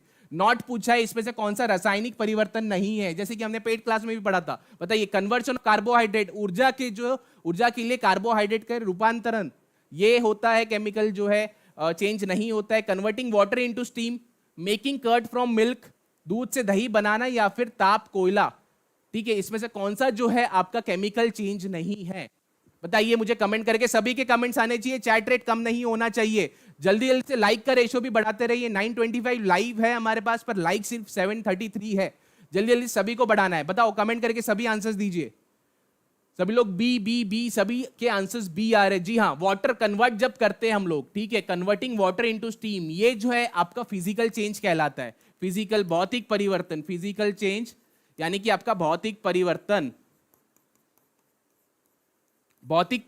कहलाता है। बाकी जो सारे हैं, जैसे कि अगर मैं हीटिंग कोल की बात करूं, जब भी गर्म करना है मतलब जलाना है, हो सकता है आपका पेट्रोल जल रहा हो तो वो एक केमिकल चेंज है, आपकी कैंडल जल रही है तो वो एक केमिकल चेंज है। इसके साथ में मेकिंग मिल्क कर्ड फ्रॉम दही, मतलब दूध से अगर आप दही बना रहे हो, इसका मतलब वो भी जो है केमिकल चेंज है, लैक्टिक एसिड के द्वारा होता है, एसिड होता है उसके अंदर में, केमिकल्स होते हैं। अगर कन्वर्जन ऑफ कार्बोहाइड्रेट, आपके शरीर के अंदर जो है कन्वर्जन हो रहा है, आपका जो कार्बोहाइड्रेट जो आप खाना खा रहे हो वो एनर्जी में कन्वर्ट हो रहा है, ये भी एक केमिकल चेंज के अंदर आता है। क्लियर है ये पॉइंट? चलिए, इसमें एक नया सब्सटेंस बन जाता है। जब भी केमिकल चेंज होता है उसमें एक क्या होता है कि नया सब्सटेंस बनता है, ये इंपॉर्टेंट पॉइंट है। इसमें वही सब्सटेंस होता है, जैसे कि आपका आइस है, ठीक है, आइस से क्या होता है, आइस से क्या होता है हमारा, आइस से हम लोग लिक्विड बनता है, लिक्विड से क्या होता है, अगर उसको हमने पिघाल दिया तो लिक्विड बनेगा, लिक्विड से सॉलिड, आइस, ऐसे उससे गैस भी, वेपर्स भी बनते हैं, वाष्प भी बनते हैं, ठीक है। तो ये जो इसमें एक ही सब्सटेंस होता है H2O, पानी की अगर मैं एग्जांपल लूं तो H2O ही होता है, इसमें जो एक नया सब्सटेंस बन जाता है। अगर आपने जलाया, चलो ये लकड़ी जलाई आपने, लकड़ी थी, ये अभी राख बन गई जलने के बाद, तो ये एक अलग सब्सटेंस हो गया। क्लियर है, सब्सटेंस अलग होता है। अगर फिजिकल चेंज की बात करूं, नींबू लिया, 4 दोस्त थे, मतलब नींबू शरबत पीना था, 4 इसमें आपने काटा, इसमें सिर्फ फिजिकली चेंज हुआ, उसके जो गुण धर्म चेंज नहीं हुए, केमिकल प्रॉपर्टीज कोई भी चेंज नहीं हुई है। क्लियर है, सभी लोग कमेंट करके बताएंगे सभी को क्लियर है ये पॉइंट? चलिए बहुत बढ़िया। ये इसके कुछ और एग्जांपल्स है केमिकल चेंज में, जिसमें केमिकल रिएक्शन, जैसे कि आपका कंबशन होता है, कोई भी तरीके का कंबशन हो, आपका रस्टिंग हो, जंग लगने की जो प्रक्रिया है वो भी एक केमिकल चेंज है, आपका जो सड़ता है खाना वो भी एक केमिकल चेंज है, आपके पेट में जो डाइजेशन होता है, पाचन प्रक्रिया, वो भी एक केमिकल चेंज है। मेल्टिंग ऑफ आइसक्रीम, आप आइसक्रीम खाते हो, अगर आपने डब्बे में खाई हो आइसक्रीम, खाई पिघल गई, उसको फिर से आप फ्रिज में रख दो, फिर से वो आइसक्रीम बन जाएगी, तो ये क्या होता है, एक फिजिकल चेंज है। श्रेडिंग वगैरह जो प्रोसेस है, चॉपिंग, आप अगर लकड़े को काट रहे, वो भी एक जो है आपका फिजिकल चेंज। और पानी गर्म करना, वाष्प से फिर से पानी बन सकता है, तो ये भी एक फिजिकल चेंज होता है। अब बताइए, किसी भी तत्व के समस्थानिक यानी कि आपके आइसोटोप, समस्थानिक मतलब आइसोटोप जो होता है, आइसोटोप के संदर्भ में निम्नलिखित में से कौन सा कथन सही नहीं है, नहीं पूछा जा रहा है, नहीं है करके, ठीक है, ध्यान रखना, क्वेश्चन सही से पढ़ना है, वहीं पे ज्यादा मिस्टेक होती है। उनका परमाणु क्रमांक समान होता है, परमाणु क्रमांक, एटॉमिक नंबर, एटॉमिक नंबर मतलब number of proton, number of proton समान होता है। उनके भौतिक गुण, ठीक है, फिजिकल जो प्रॉपर्टीज होती है वो भिन्न होती है, ठीक है। उनके द्रव्यमान संख्या समान होती है, द्रव्यमान मतलब एटॉमिक वेट, मास या फिर वेट बोल सकते हैं हम लोग, ठीक है। उनकी द्रव्यमान संख्या समान होती है, या फिर एक से अधिक, या फिर कोई भी नहीं। बीपीएससी का पूछा हुआ क्वेश्चन है, बहुत ही सिंपल और बहुत ही अच्छा क्वेश्चन है, ठीक है। ये क्वेश्चन अगर आपको समझ गया कि आइसोटोप यानी कि आपका समस्थानिक क्या होता है, तो आपको समझ जाएगा कि क्या प्रोसेस है, ठीक है। जब भी समस्थानिक की बात आई, उनका जो नंबर ऑफ प्रोटॉन होता है, atomic number, number of proton जो होते हैं वो सेम होते हैं, वो सेम होते हैं, नंबर ऑफ प्रोटॉन सेम होते हैं इसमें, ठीक है, समस्थानिक में। इसका एग्जाम्पल के थ्रू समझते, जितनों ने भी आंसर दिया है, चलिए CCAA सभी के आंसर्स आ रहे हैं, कोई बात नहीं, चलिए देख लेते हैं। अब देखिए ये जो है आइसोटोप का, हाइड्रोजन के आइसोटोप के बारे में हम लोग एक बार देख लेते हैं फिर से। आइसोटोप में क्या है, यहाँ पे एक प्रोटॉन है, प्रोटॉन की संख्या मैंने क्या बताया था, सेम रहता है, प्रोटॉन की संख्या सेम रहती है। न्यूक्लियस के अंदर आपका प्रोटॉन है, प्रोटॉन एक ही है, यहाँ पे एक है, यहाँ पे एक है, यहाँ पे एक है, ठीक है, तीनों में प्रोटॉन की संख्या तो सेम है। बट इसमें अगर मैं ढूंढूं, न्यूट्रॉन की संख्या यहाँ पे 0 है, न्यूट्रॉन की संख्या यहाँ पे 1 आ गई, और यहाँ पे 2 आ गई, 2 यहाँ पे आ गई, 1 यहाँ पे आ गई, यहाँ पे आ गया 0 है। तो इसका मतलब आपका जो मास होता है, द्रव्यमान संख्या जो है यहाँ पे 1 है, यहाँ पे द्रव्यमान संख्या 2 है, और यहाँ पे द्रव्यमान संख्या जो है, एटॉमिक मास जो है, ये 3 है। ठीक है, तो इसका एटॉमिक मास चेंज होता है, बट आपका जो नंबर ऑफ प्रोटॉन यानी कि एटॉमिक नंबर जो है सेम रहता है। ठीक है, एटॉमिक नंबर सेम रहता है, आपका जो है परमाणु क्रमांक सेम रहता है। क्लियर है ये? प्रोटियम, ड्यूटेरियम और ट्राइटियम ये सारे हैवी वाटर है, जब भी nuclear reactions nuclear power plant में होते हैं तो उसमें इसका इस्तेमाल करते हैं। ठीक है, तो इसका जो करेक्ट आंसर है वो है आपका, उनकी द्रव्यमान संख्या समान होती है, समान हो ही नहीं सकती, ये अलग अलग होती है। क्लियर है ये पॉइंट? जिसको जिसको अभी समझ आया है सभी लोग कमेंट करके मुझे बताएंगे जरूर कि जी हाँ मुझे समझ गया है सर कि ये क्या है। ठीक है, बहुत इंपॉर्टेंट पॉइंट है। परमाणु क्रमांक क्या होता है? एटॉमिक नंबर होता है, नंबर ऑफ प्रोटॉन कितने हैं उस न्यूक्लियस नाभिक के अंदर, उसे कहते हैं हम लोग जो है परमाणु संख्या, परमाणु क्रमांक भी कहा जाता है। क्लियर है? चलिए जी सर, जी सर, चलिए बहुत बढ़िया। अब आगे बढ़ते हैं हम लोग नेक्स्ट क्वेश्चन की ओर। ये रहा एक ऑक्सीजन का भी है कि इसमें भी देखिए 8 8 8 तीनों में 8 है, मतलब इसका जो नंबर ऑफ प्रोटॉन सेम है, बट ये 15 16 17 हो गया। क्यों हुआ? क्योंकि न्यूट्रॉन की संख्या इसकी जो है बदल गई, न्यूट्रॉन की संख्या बदल गई, इसी वजह से जो है ये तो सेम है, ये तीनों सेम है, प्रोटॉन की संख्या सेम है, न्यूट्रॉन की संख्या बदल गई। और एक इंपॉर्टेंट पॉइंट, जितने नंबर ऑफ प्रोटॉन होंगे उतने ही नंबर ऑफ इलेक्ट्रॉन होंगे, दोनों भाई भाई है हमसे कल। ठीक है, ये जितना है वही उतना रहेगा, ये भी अगर 8 है तो ये भी 8 रहेगा, ये 8 है तो ये भी 8 ही रहेगा। ठीक है, तो इसी वजह से प्रोटॉन और इलेक्ट्रॉन की संख्या सेम होती है। अब बताइए ये इसका correct answer, which of the following is called HOOCCOOH? बताइए इसका मतलब मैं सिंपल से लिख दूं, अगर C2 दो बार C है 1 और 2, 4 बार O है तो मतलब O4 लिख देता हूं, और जो है H2 है मतलब कि C2H2O4। ये क्या कहलाता है? यहाँ पे पूछा है, कार्बोनिक अम्ल कहलाता है, ऑक्सैलिक अम्ल कहलाता है, एसिटिक अम्ल कहलाता है, ये क्या कहलाता है? एक से अधिक या कोई भी नहीं? जल्दी से मुझे कमेंट करके सभी लोग आंसर देंगे, जल्दी से बताओ क्या इसका करेक्ट आंसर है।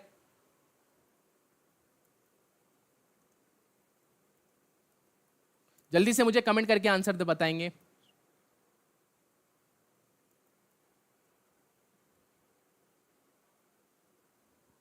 चलिए चलिए देखते सबसे पहले कार्बोनिक H2CO3 कार्बोनिक अम्ल हो गया आपका। ऑक्सैलिक अम्ल की अगर मैं बात करूं, ठीक है, ऑक्सैलिक अम्ल बताइए जल्दी से क्या इसका करेक्ट आंसर है? बी बी बी, सभी लोग बी आंसर दे रहे, बहुत बढ़िया। ऑक्सैलिक अम्ल ही इसका सही आंसर है, जो बच्चे बी दे रहे हैं, C2H2O4।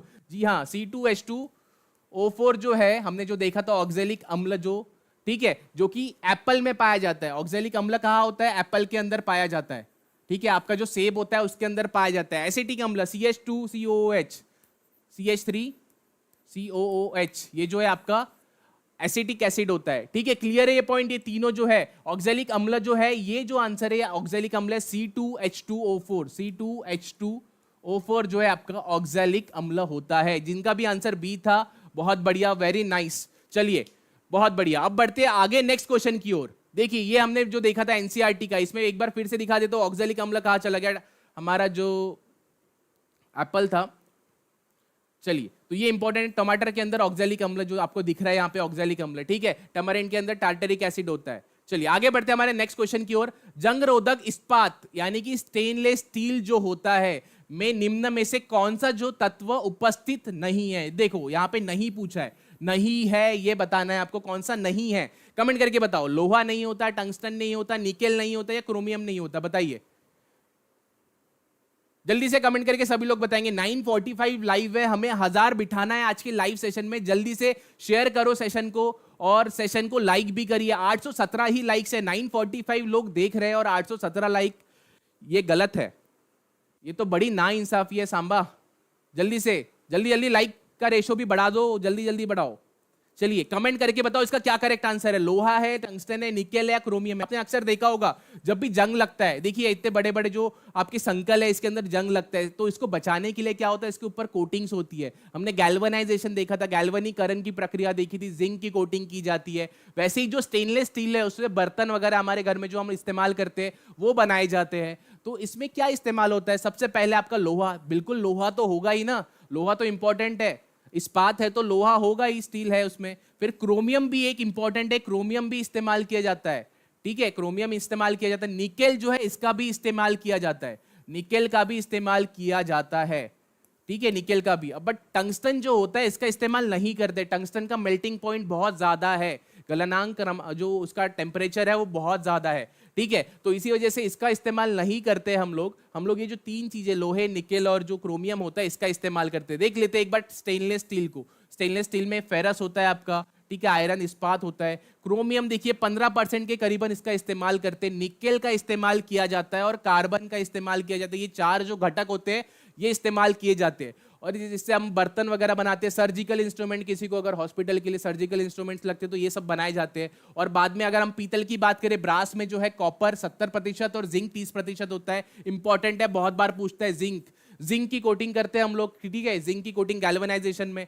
कांसा ब्रॉन्ज जो होता है उसमें कॉपर होता है और टीन होता है, कॉपर और टीन होता है। सोल्डर जो है जिसे सोल्डरिंग आयरन से करते हैं, सोल्डर तो टीन होता है और लीड होता है इसके अंदर में। और गन मेटल जिससे हथियार वगैरह बनाए जाते हैं, एमुनिशंस, मिलिट्री के हथियार बनाए जाते हैं बड़े बड़े। ठीक है, तो ये कॉपर होता है इसके अंदर, टीन होता है और जिंक होता है। सबसे ज्यादा जो इसमें कॉम्बिनेशन है कॉपर के है, कॉपर कॉपर कॉपर, हर जगह आपको दिखेगा कॉपर ज्यादा मात्रा में इस्तेमाल होता है। ठीक है, चलिए अब आगे बढ़ते हैं हम लोग नेक्स्ट क्वेश्चन की ओर। टंगस्टन का फिलामेंट होता है, आपने देखा आपके घर में जो बल्ब वगैरह होते हैं ना, पहले वाले जो बल्ब थे, ठीक है, 10 वाट 20 वाट 50 वाट 100 वाट जो है ये इसके वजह से होता है। टंगस्टन के फिलामेंट्स होते हैं जिससे बल्ब जलता है। ठीक है, ये फिलामेंट होता है, इसका बहुत ज्यादा हाई मेल्टिंग पॉइंट होता है, मेल्टिंग पॉइंट बहुत ज्यादा होता है। ठीक है, चलिए अब बताइए निम्न में से कौन सा जो विकल्प जो सुमेलित नहीं है, नहीं पूछा हुआ है, नहीं है। मलेरिया प्रोटोजोआ से होता है। अब यहां पे ऐसे दिया मलेरिया इज टू प्रोटोजोआ, मतलब मैं तो यही समझूंगा मलेरिया प्रोटोजोआ से होता है। खसरा जो होता है आपका, ठीक है, मीसल्स जो होता है वो जीवाणु से होता है, बैक्टीरिया से होता है। टीटेनस जो है जीवाणु से होता है, या टाइफाइड जो है जीवाणु से होता है। बताइए इसका क्या करेक्ट आंसर है। जल्दी जल्दी से कमेंट करके सभी लोग आंसर्स देंगे मुझे, जल्दी से बताइए। 984 लोग आ चुके हैं, हमें 1000 लाइव पूरे करने हैं। चलिए जल्दी जल्दी से लाइव भी आ जाइए और लाइक्स भी कीजिए। 984 जो है लाइव है और केवल 78 जो लाइक्स है। सभी लोग लाइक भी करेंगे यार सेशन को। चलिए जल्दी से कमेंट करके बताओ इसका क्या है आंसर। नॉट मैच्ड पूछ रहा है, नॉट मैच, नहीं मैच कर रहा है। जल्दी से कमेंट करके बताओ आंसर इसका क्या सही है। बहुत बढ़िया,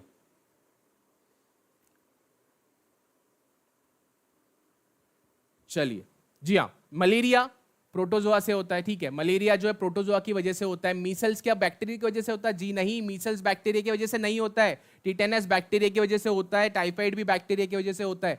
बट हमारा मीसल्स जो है आपका जो मीसल्स होता है वो आपका वायरस की वजह से होता है। ये जो वायरस है, ठीक है, मीसल्स वायरस की वजह से। तो ये पूरा टेबल जो है एनसीईआरटी का एक बार पूरा हम लोग गो थ्रू कर लेते हैं। देखो सबसे पहले टीबी की बात करूं, बैक्टीरिया से होगा, एयर से फैलता है। ठीक है, टीबी होता है। उसके बाद मीसल्स जो होता है वायरस की वजह से होता है, चिकन पॉक्स वायरस की वजह से होता है, पोलियो वायरस की वजह से होता है। अगर मैं बोलूं आपको कोरोना वायरस किसकी वजह से होता है, भाई ऑफ कोर्स है वो भी एक वायरस ही है। कोरोना जो है वायरस की वजह से होता है। तो ये टीबी बैक्टीरिया की वजह से, मीसल्स वगैरह जो है आपके वायरस की वजह से। अगर मैं बात करूं कोलेरा और टाइफाइड जो होता है, ठीक है, जो कि पानी के फैलने के, पानी खराब पानी या पानी पीने की वजह से जो होता है, कोलेरा टाइफाइड, ये जो है ये बैक्टीरिया होते हैं।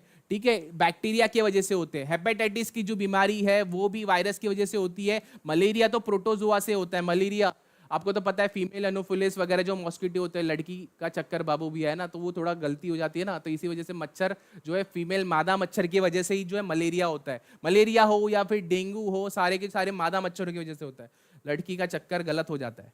ठीक है, आई होप कोई ऑफेंड नहीं होगा। चलिए 1K वॉचिंग सर, भावना ठाकुर जी बोल रहे बहुत बढ़िया, thank you so much everyone. आप सभी ने जो है 1000 लाइव कर दिया आज के साइंस के सेशन में, बहुत बढ़िया बहुत बढ़िया, थैंक यू सो मच। अभी जल्दी जल्दी से जो है लाइक्स भी कर दीजिए यार, 1000 लाइक कर देंगे। अगर 1000 लोग लाइव है तो लाइक्स भी कर देते हैं। ऐसे ही क्वेश्चंस हम लोग करते रहेंगे, बहुत सारे क्वेश्चंस है। देखिए ये भी इंपॉर्टेंट वाली स्लाइड है, इसमें सिंपल से दिया बैक्टीरिया से क्या होगा, ट्यूबरकुलोसिस, कोलेरा, टाइफाइड, आपका हैजा होगा, आपका क्षय रोग होगा, टाइफाइड होगा। वायरस की वजह से क्या होगा, measles, chicken pox, polio, hepatitis B. इसका स्क्रीनशॉट जरूर लेके रखना, इसमें एक ही इसमें सारा कुछ दिया हुआ है, ठीक है। अब अगर प्रोटोजोआ की बात करूं, ठीक है, प्रोटोजोआ की मैं बात करूं, मलेरिया है, स्लीपिंग सिकनेस जो होती है, ये प्रोटोजोआ की वजह से होता है। सोने की बीमारी, ज्यादा नींद आ रही है, ठीक है, नींद की बीमारी इसकी वजह से होता है। चलिए अब बढ़ते हैं नेक्स्ट क्वेश्चन की ओर। अब बताइए, श्वासन के दौरान पत्तियों के किस भाग में प्रचुर मात्रा में गैसीय विनिमय होता है? बताइए, in which part of the leaves does abundant gas exchange take place during the respiration? जब भी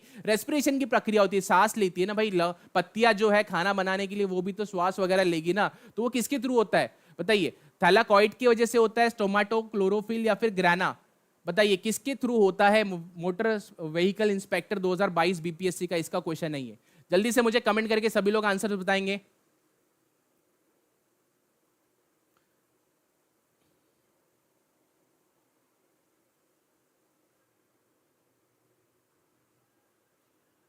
जल्दी से मुझे कमेंट करके सभी लोग आंसर्स बताते रहेंगे, जल्दी जल्दी से कमेंट करते रहिए, कमेंट कम नहीं होने चाहिए। चलिए 948 लाइक्स हो चुके हैं, जल्दी से लाइक को 1000 करना है, बहुत बढ़िया।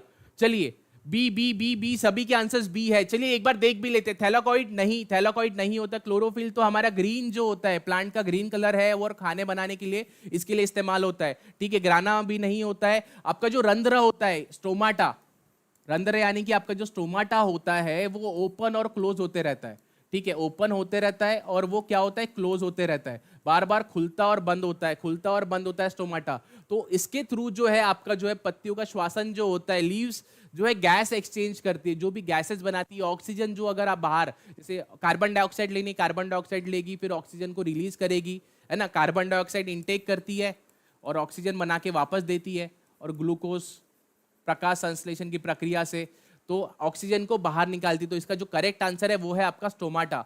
आपका स्टोमाटा जो है इसका करेक्ट आंसर है। चलिए बढ़ते हैं हमारे नेक्स्ट क्वेश्चन की ओर। साउंड इंटेंसिटी, ध्वनि की तीव्रता, कितना इंटेंस साउंड है, कितना जोर है, हम लोग कैसे मापते हैं? कैसे हम मापते हैं? हमने बस सुन लिया यहां से आवाज दूर से आ रहा है मतलब कम है, पास से आ रहा है तो जोर से आ रहा है, ठीक है, डीजे बज रहा है जोर से, पास में है तो जोर से बज रहा है, पर गिनते किससे है? बताइए, बीपीएससी का पूछा हुआ क्वेश्चन है, 12/2/2023 का है।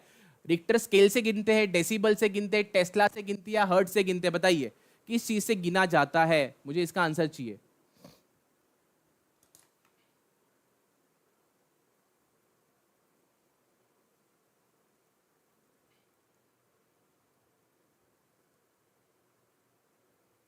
जल्दी से कमेंट करके बताइए मुझे क्या करेक्ट आंसर है।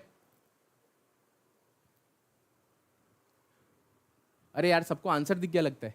चलिए कोई बात नहीं, चीटिंग नहीं करनी है, सभी को सही आंसर देना है। बताइए क्या है? डेसिबल। जी हाँ, डेसिबल इसका करेक्ट आंसर है। डेसिबल जो है, डेसिबल डीबी, ठीक है, इसको किससे डिनोट करते हैं? डीबी, डेसिबल डीबी से डिनोट किया जाता है। रिक्टर स्केल से क्या होता है? भूकंप की तीव्रता को गिनते हैं हम लोग। रिक्टर स्केल से क्या होता है? जो भी अर्थक्वेक्स आते हैं उसकी तीव्रता को रिक्टर स्केल से गिनते हैं। टेस्ला से किसको गिनेंगे हम लोग? मैग्नेटिक फ्लक्स डेंसिटी वगैरह जो उससे गिनते हैं। हर्ट्ज से जो है आपकी फ्रीक्वेंसी गिनी जाती है। हर्ट्ज जो होता है उससे आपकी फ्रीक्वेंसी जो है गिनी जाती है। हर्ट्ज से जो है फ्रीक्वेंसी जो होती है, ठीक है, साउंड की फ्रीक्वेंसी है, कुछ भी ट्यूनिंग फॉक फ्रीक्वेंसी वगैरह जो है ये हर्ट्ज से गिनी जाती है। आपका मेन जो है डेसिबल, सुनने की तीव्रता, जो साउंड की तीव्रता होती है वो डेसिबल से गिनते हैं। डीबी से जो है इसको डिनोट किया जाता है, इसका यूनिट डीबी होता है, ठीक है। क्लियर? आई होप क्लियर है सभी को। ये देखिए ऐसा कुछ इंस्ट्रूमेंट होता है, साउंड लेवल, जैसे पास में लेके जाते हैं गाड़ी का, अगर वॉइस अगर आपको देखना है ज्यादा कर रही है तो आप पास में लेके चले जाओ, कितना वॉइस है आप यहाँ से गिन सकते हो। देखिए डीबी लिखा हुआ है, डीबी 42.2 डीबी है, ठीक है। अगर सिस्मोग्राफिक की मैं बात करूं तो जैसे हमने बात की थी अभी की, जैसे अर्थक्वेक वगैरह आता है तो इसी से रिक्टर स्केल जो होती है इससे हम लोग जो है आपकी उसकी तीव्रता गिनते कितना होता है, ठीक है। चलिए अब बताइए, unit of electric voltage, current लगा, करंट का जो वोल्टेज होता है ना, इलेक्ट्रिक वोल्टेज, कितना वोल्ट का करंट है? बिहार का क्वेश्चन है। बताइए, कूलम से गिनते हैं, वॉट से गिनते हैं, वोल्ट से गिनते हैं, ओहम से गिनते हैं? बताइए अब किस चीज से गिना जाता है? किस चीज से जो है हम लोग वोल्टेज को गिनते हैं? जो भी आपका वोल्टेज होता है, आपके घर में जो वोल्टेज आता है, कितना आता है वोल्टेज? बताइए 220 वोल्ट, 230 वोल्ट, ठीक है। 200 वोल्ट 440 का झटका लगता है, वो बड़े बड़े जो ट्रांसफॉर्मर्स होते हैं, ठीक है। 440 वोल्ट, 230 वोल्ट, ठीक है। कितनी हर्ट्ज की फ्रीक्वेंसी होती है आपके घर में आती है? 50 हर्ट्ज, 60 हर्ट्ज, ठीक है, फ्रीक्वेंसी इतनी होती है। 230 वोल्ट 50 हर्ट्ज की जो फ्रीक्वेंसी होती है, जो हमारे सारे के सारे इंस्ट्रूमेंट्स ऑपरेट होते हैं। इसका क्या करेक्ट आंसर है? जल्दी से कमेंट करके बताओ। बहुत बढ़िया, thank you so much. 1000 likes हमारे पूरे हो चुके हैं आज के सेशन में। Very nice and very much very very thank you आप सभी लोगों का कि आपने 1000 लाइक्स पूरे कर दिए और 1000 जो लाइव व्यूवर्स हमारे साथ है। और मैं साथ ही साथ थैंक यू बोलना चाहूंगा पूरी बैक एंड टीम जो बैक में काम कर रही है पीपीटीज पे, हमारी शेयरिंग टीम जो है, सभी को थैंक यू सो मच। चलिए बहुत बढ़िया, सभी लोग आंसर्स करके कमेंट बताएंगे। जी हाँ, बहुत ही सिंपल सा 50 हर्ट्ज होती है और वोल्ट कितना है हमारा, वोल्ट जो है इसका करेक्ट आंसर है। वोल्टेज जो है हम लोग किस में गिनेंगे, जो भी इलेक्ट्रिक वोल्टेज होता है वोल्ट के अंदर गिनते हैं। क्लियर है ये पॉइंट, वोल्ट इलेक्ट्रिक वोल्टेज जो रहेगा आपका वोल्ट में गिनते हैं हम लोग। कूलम की बात करूं, चार्ज जो होता है, ठीक है, आवेश जो होता है वो जो है हम लोग इसमें गिनते हैं कूलम में। वॉट जो है आपका पावर, घर में कितना पावर कंजम्पशन हुआ है, पावर कंजम्पशन आपके घर का इलेक्ट्रिक बिल जो होता है ना ये वॉटेज के फॉर्म में आता है कि कितना वॉट आपने कंज्यूम किया है, उसके ऊपर आपके घर का जो है बिल आता है। वॉट के ऊपर जो है पावर जो होता है, पावर कितना कंज्यूम किया वॉट के ऊपर डिपेंड करता है वोल्ट। ओहम जो है रेजिस्टेंस, ठीक है, प्रतिरोधक जो होता है, रेजिस्टेंस जो होता है, रेजिस्टेंस का जो यूनिट होता है वो ओहम होता है। क्लियर है, ओहम। चलिए ये रहा पूरा एक बार फिजिकल क्वांटिटीज और उसका क्या काम है एक बार देख भी लेते हैं। करंट जो है एम्पियर में मेजर किया जाता है, वोल्टेज जो है आपका वोल्ट में मेजर करते हैं, पावर जो है वो वॉट में मेजर करते हैं, इसका सिंबल वॉट है VA, ठीक है। रेजिस्टेंस जो होता है वो ओहम में ये करते हैं, वैसे ओहम में करते हैं, इसको ऐसे लिख सकते हैं हम लोग, ओहम ऐसे डिनोट किया जाता है, ओहम को ऐसे डिनोट करते हैं। कैपेसिटेंस जो है फराड, हेनरी जो है इंडक्टेंस होता है, फ्रीक्वेंसी जो है हर्ट्ज होती है, पीरियड टाइम पीरियड कितना समय हो गया सेकंड्स में गिन सकते हैं, आवर्स में गिन सकते हैं, बट यहाँ पे जो है हम लोग सेकंड्स में गिनते हैं इसका यूनिट जो है। चार्ज की जो बात की थी मैंने आवेश की, वो कूलम में गिना जाता है और कंडक्टेंस जो है आपका सीमेन में गिना जाता है, ठीक है। कंडक्टेंट प्रवाहकत्व जो है आपका सीमेंस में गिना जाता है। क्लियर है ये पॉइंट सभी को, एक बार ये भी नोट डाउन कर लीजिए, वोल्टेज शक्ति जो प्रतिरोध जो होता है वो ओहम में गिना जाता है, ये सारा समाई वगैरह जो आवृत्ति जो है हर्ट्ज में गिनी जाती है। क्लियर है पॉइंट सभी को। चलिए बहुत बढ़िया, इसका भी एक बार स्क्रीनशॉट ले लो, मैं थोड़ा साइड हट जाता हूँ क्योंकि बहुत इंपॉर्टेंट स्लाइड है। और यहाँ पे उपकरण कौन सा यूज करते हैं, देखिए एम्पर मीटर यूज करते हैं, वोल्ट मीटर यूज करते हैं, पावर मीटर यूज करते हैं, ओम मीटर ओम के लिए यूज करते हैं, कैपेसिटेंस मीटर जो है इसके लिए यूज करें, इंडक्टेंस मीटर उसके लिए, oscillation scope, oscilloscope, charge meter और कंडक्टिविटी मीटर यूज किया जाता है। क्लियर है ये पॉइंट सभी को। चलिए बहुत बढ़िया, अब आगे बढ़ते हैं हमारे नेक्स्ट क्वेश्चन की ओर। अब मुझे बताइए which of the following is not true about the oxidation reaction. नहीं पूछा है, कौन सी जो चीज है वो गलत है, पूछ रहा है ऑक्सीडेशन रिएक्शन के बारे में कि भाई ऑक्सीडेशन क्या होता है। एक पदार्थ में ऑक्सीजीकरण की जो अनुवृद्धि का या फिर उसमें हाइड्रोजन हटाने की जो ऑक्सीकरण कहा जाता है, या फिर वह पदार्थ जो ऑक्सीकरण के लिए ऑक्सीजन देता है या हाइड्रोजन को हटाता है, उसे ऑक्सीकरण कहा जाता है, उसे ऑक्सीकरण कहा जाता है। Hydrogenation of vegetable oil is an oxidation process, वनस्पति का जो हाइड्रोजनीकरण करते हैं उसे ऑक्सीकरण कहा जाता है। या rusting of metal is an effect of oxidation, बताइए धातुओं को जंग का जो लगना उसको ऑक्सीकरण कहा जाता है। बताइए जल्दी जल्दी से कमेंट करके बताइए। ऑक्सीजन का एडिशन यानी कि ऑक्सीडेशन होता है, या फिर हम बोल सकते हैं हाइड्रोजन का रिमूवल जो होता है वो ऑक्सीजन होता है, ऑक्सीडेशन होता है। बताइए इसका क्या करेक्ट आंसर है, अब आप सभी लोग बताएंगे कमेंट करके।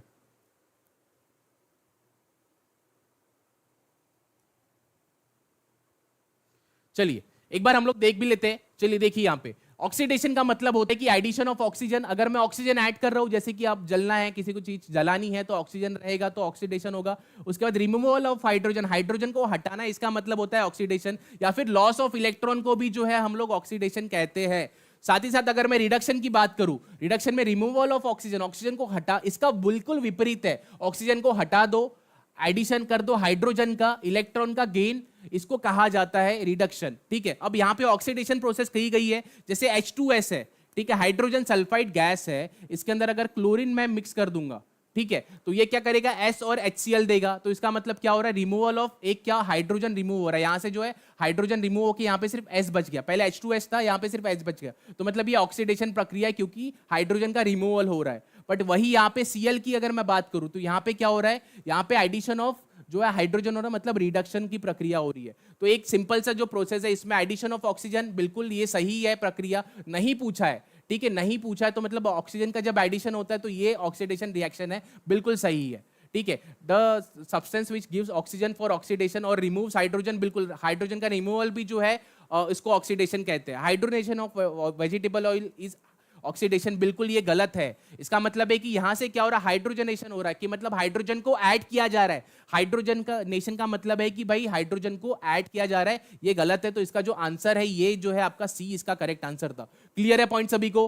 क्लियर है। चलिए आगे बढ़ते हैं हमारे नेक्स्ट क्वेश्चन की ओर। Centripetal force is responsible for what? Centripetal जो फोर्स होता है, अभी केंद्रीय बल जो होता है आपका, किसके लिए उत्तरदायी होता है, मुझे बताइए। बीपीएससी का क्वेश्चन है। Free motion of the object, भाई अंतरिक्ष में जो वस्तु की जो मुक्त गति जो होती है, इसके लिए रिस्पॉन्सिबल। बहुत इंटरेस्टिंग वाला ये जो है क्वेश्चन है, आप सभी को ध्यान देना है। वस्तु को जो है वृत्ताकार पथ पर गतिमान रखना, वस्तु को सीधे रेखा में उड़ाना, या फिर उपरोक्त में से एक से अधिक या कोई भी नहीं, बताइए।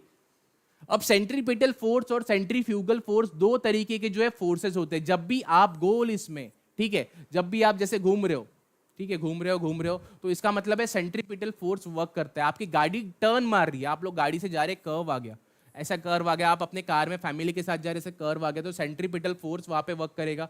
एक सेंटर की तरफ जो है ना एक इमेजिनरी फोर्स होता है, ठीक है, जो दिखता नहीं है पर वो इमेजिनरी फोर्स होता है सेंटर की तरफ, ठीक है। तो सेंटर की तरह के इमेजिनरी फोर्स होता है, तो उसको जो है वो सेंट्रीपिटल फोर्स कहा जाता है। यानी कि अभी केंद्रिक बल, केंद्र क्या होता है, सेंटर जो है आपका सेंटर की तरफ।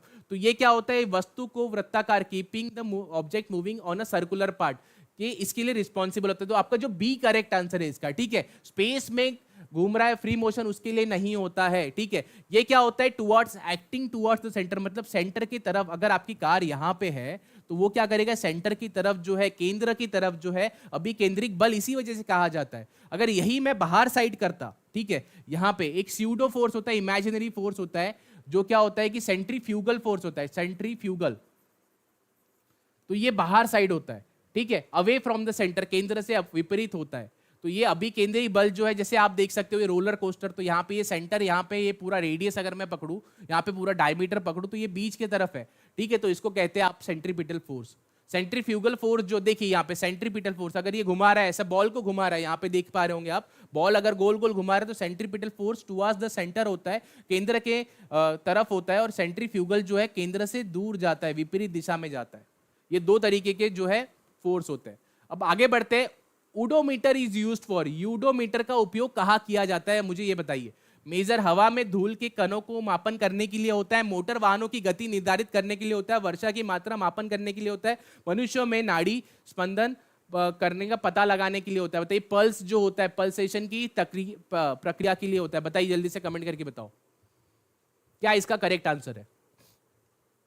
चलिए, हम लोग बहुत करीब है 1100 लाइक से, जल्दी जल्दी से लाइक्स भी पूरे कर दीजिए, और 1000 जो है लाइव फिर से हमें पूरे करने हैं। 968 हो चुके हैं। जल्दी जल्दी से कमेंट करके मुझे आंसर बताइए, इसका क्या करेक्ट आंसर है हमारा।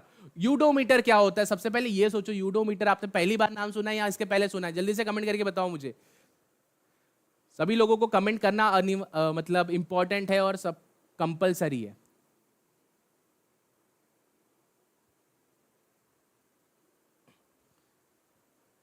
देखिए, जो इसका करेक्ट आंसर है वो है आपका वर्षा की मात्रा जो है मापन करता है।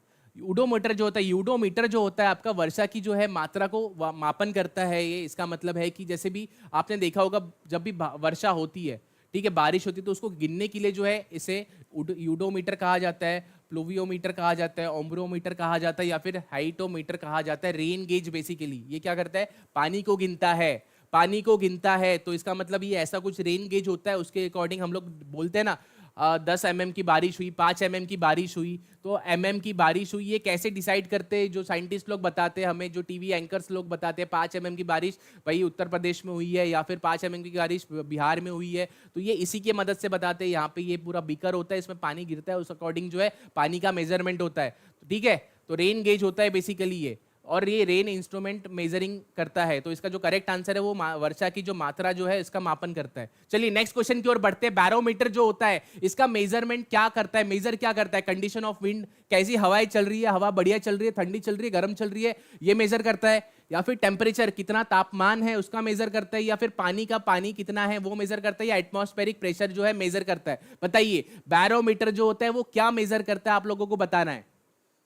चलिए बहुत बढ़िया, सभी के कमेंट्स आते रहने चाहिए, जल्दी जल्दी से कमेंट करते रहिए सभी लोग।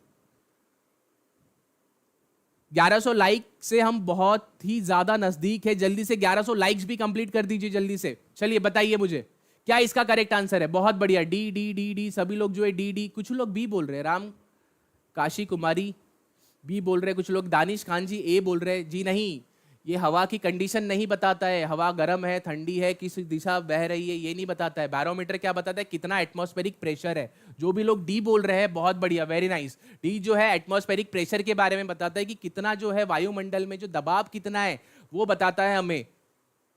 चलिए अब देखिए एक इंपॉर्टेंट वाला पॉइंट है, ये बहुत इंपॉर्टेंट स्लाइड है। देखिए यहाँ पे कुछ अगर मैंने समझ लो एटमॉस्फेरिक प्रेशर की, जैसे मैं खड़ा हूं मेरे ऊपर से जो प्रेशर आ रहा है ये पूरा एटमॉस्फेरिक प्रेशर है। कि रीजन ये है कि मैं एटमॉस्फेयर यहाँ पे नॉर्मल इसमें खड़ा हूँ, एटमॉस्फेरिक प्रेशर आपको लग नहीं रहा होगा बट आपके ऊपर प्रेशर पड़ रहा है 1 एटीएम का, 1 एटीएम का जो है प्रेशर पड़ रहा है। ये एटीएम जो यूनिट है, इसके अलग अलग यूनिट होते हैं जिसमें हम प्रेशर को मेजर कर सकते हैं। एटीएम 1 एटमॉस्फेरिक प्रेशर है। अब 1 एटमॉस्फेरिक प्रेशर को अगर मैं पास्कल में बताऊं, ये पास्कल एक यूनिट होता है, पास्कल, ठीक है। पास्कल यूनिट में 101325 जो है इसका जो है मान होता है। 1 ATM will be equal to 101325। अगर वही मैं mm ऑफ एचजी की बात करूं, ठीक है, mm ऑफ एचजी की अगर बात करूं 760 mm ऑफ एचजी भी होता है। एक एटमॉस्फेरिक प्रेशर अगर पूछ लिया जाए कन्वर्जन में आपको तो 760 mm ऑफ एचजी होता है। टॉर्क के अगर इसमें यूनिट में पूछूं तो 760 ही होता है ये भी, ठीक है। पीएसआई में पूछूं, जैसे आपके टायर का प्रेशर, आपके गाड़ी के जो टायर का प्रेशर होता है वो पीएसआई में मेजर करते हैं, ठीक है, 30 40 जो हम करते हैं, तो ये 14.7 जो होता है ना, ये बेसिकली आपका जो है पीएसआई में होता है जब प्रेशर 1 एटमॉस्फेयर होता है। क्लियर है। बैरोमीटर का इस्तेमाल हम लोग जो है एटमॉस्फेरिक प्रेशर को मतलब गिनने के लिए करते हैं। चलिए आगे बढ़ते हैं हमारे नेक्स्ट क्वेश्चन की ओर। विद्युत शक्ति की इकाई क्या है आपको बताना है। विद्युत शक्ति, इलेक्ट्रिक पावर, जो हमारे घर में बिजली आती है, बिजली का जो पावर कंजम्पशन होता है, जो आप बिल देते हो, ये पावर के बेसिस पे ही देते हो कितना पावर कंज्यूम किया है। अब एम्पियर होता है, वोल्ट होता है, कूलम होता है, वॉट होता है, या फिर एक से अधिक या कोई भी नहीं। सभी लोग कमेंट करके बताएंगे सभी के घर में इलेक्ट्रिसिटी है। सभी लोग इलेक्ट्रिसिटी बिल भरते हैं या चोरी करते हैं, बताओ मुझे पहले। अगर बिल भरते हो तो आपको ये पता होना चाहिए कि आपके इलेक्ट्रिक पावर का बिल जो है कितना आता है, और वो पावर अगर है तो वो बेसिकली है क्या, किसमें आता है पावर। इलेक्ट्रिसिटी बिल कभी देखा है क्या? बिल के अंदर क्या लिख के आता है, कितना आपने क्या यूज किया, क्या आपने कितना एम्पियर यूज किया, उसके हिसाब से आता है बिल, या कितना वोल्ट यूज किया। जल्दी से बताओ। चलिए बहुत बढ़िया, भरते हैं सर, बिल भरते हैं, हम लोग भी भरते हैं। चलिए हम लोग भी भरते हैं, बहुत सारा बिल भरते हैं। चलिए वेरी नाइस, बहुत बढ़िया। सभी लोग चैट में कमेंट करके बताएंगे मुझे क्या आंसर है। वॉट सभी लोग आंसर दे रहे, डी जो है वॉटेज आंसर दे रहे। जी हाँ, वॉट होता है इसका करेक्ट आंसर, वॉट, ठीक है। किलो जूल पर,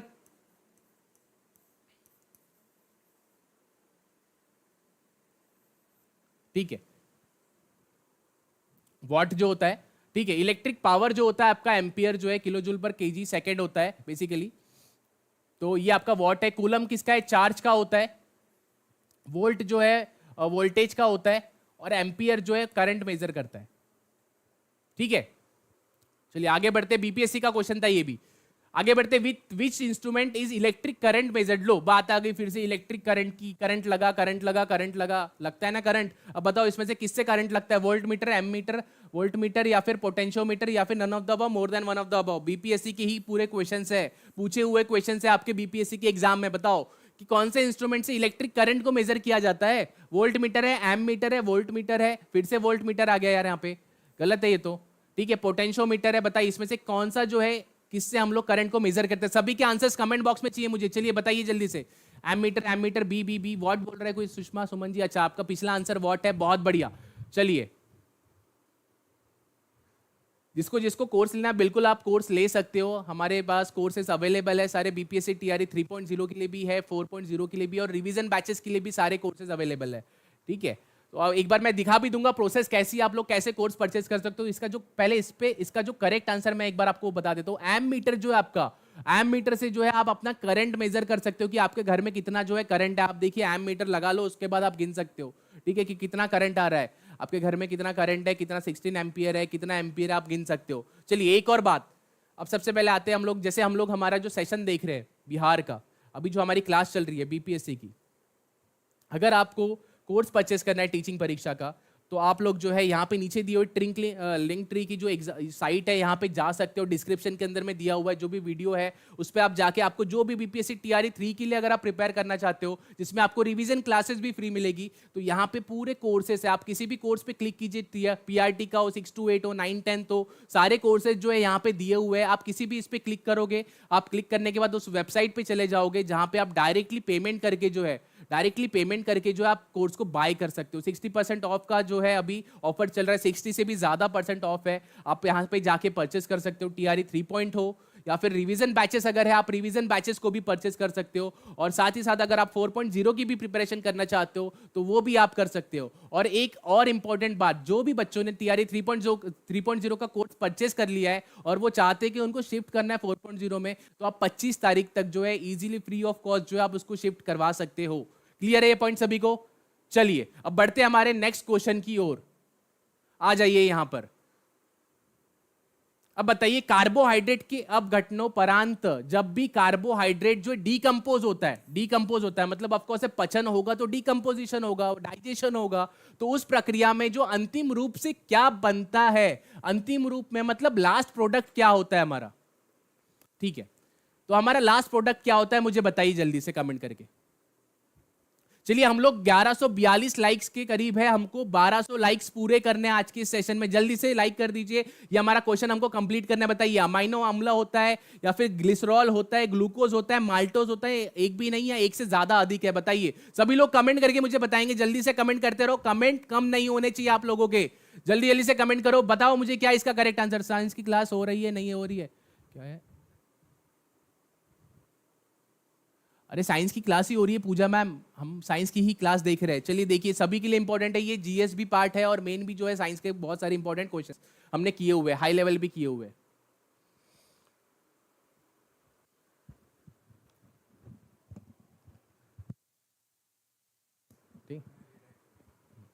चलिए बहुत बढ़िया, सभी के आंसर्स मैं देख पा रहा हूं। सी ग्लूकोज बोला जा रहा है। जी हाँ, कार्बोहाइड्रेट की जब भी बात आएगी तो वो किस में कन्वर्ट करेगा? ग्लूकोज में कन्वर्ट करता है, जो कि हमें ऊर्जा प्रदान करता है, हमारे शरीर में ऊर्जा प्रदान करता है। ग्लूकोज का क्या फॉर्मूला है? C6H12O6 जो है आपका ग्लूकोज का जो है फॉर्मूला है, रासायनिक सूत्र है, याद रखना है आपको। ठीक है, अमाइनो एसिड की बात करूं तो नहीं, अमाइनो एसिड भी नहीं होता है, ग्लिसरॉल भी नहीं है, माल्टोज भी नहीं है, ये तो एंजाइम है।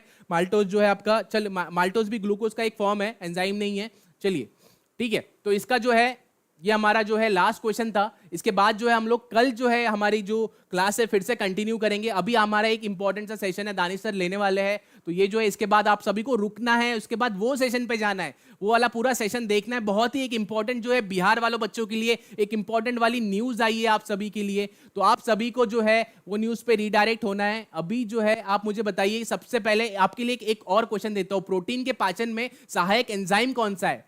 प्रोटीन के पाचन में the enzyme helpful in digestion of protein, protein जो आपके शरीर में जो आप खाते हो, अंडे वगैरह से खाते हो, इसका क्या आंसर है? मुझे आपका जो है आंसर कमेंट बॉक्स में चाहिए, मुझे यहाँ पे चैट बॉक्स में नहीं चाहिए। सभी लोग जो है आंसर कमेंट बॉक्स में करेंगे जैसे ही मैं ये सेशन एंड करूंगा। क्लियर है सभी को?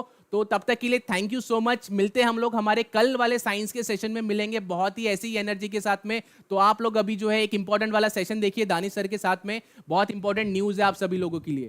क्लियर है? चलिए tata bye bye and sweet day सभी को। चलिए bye, thank you so much everyone.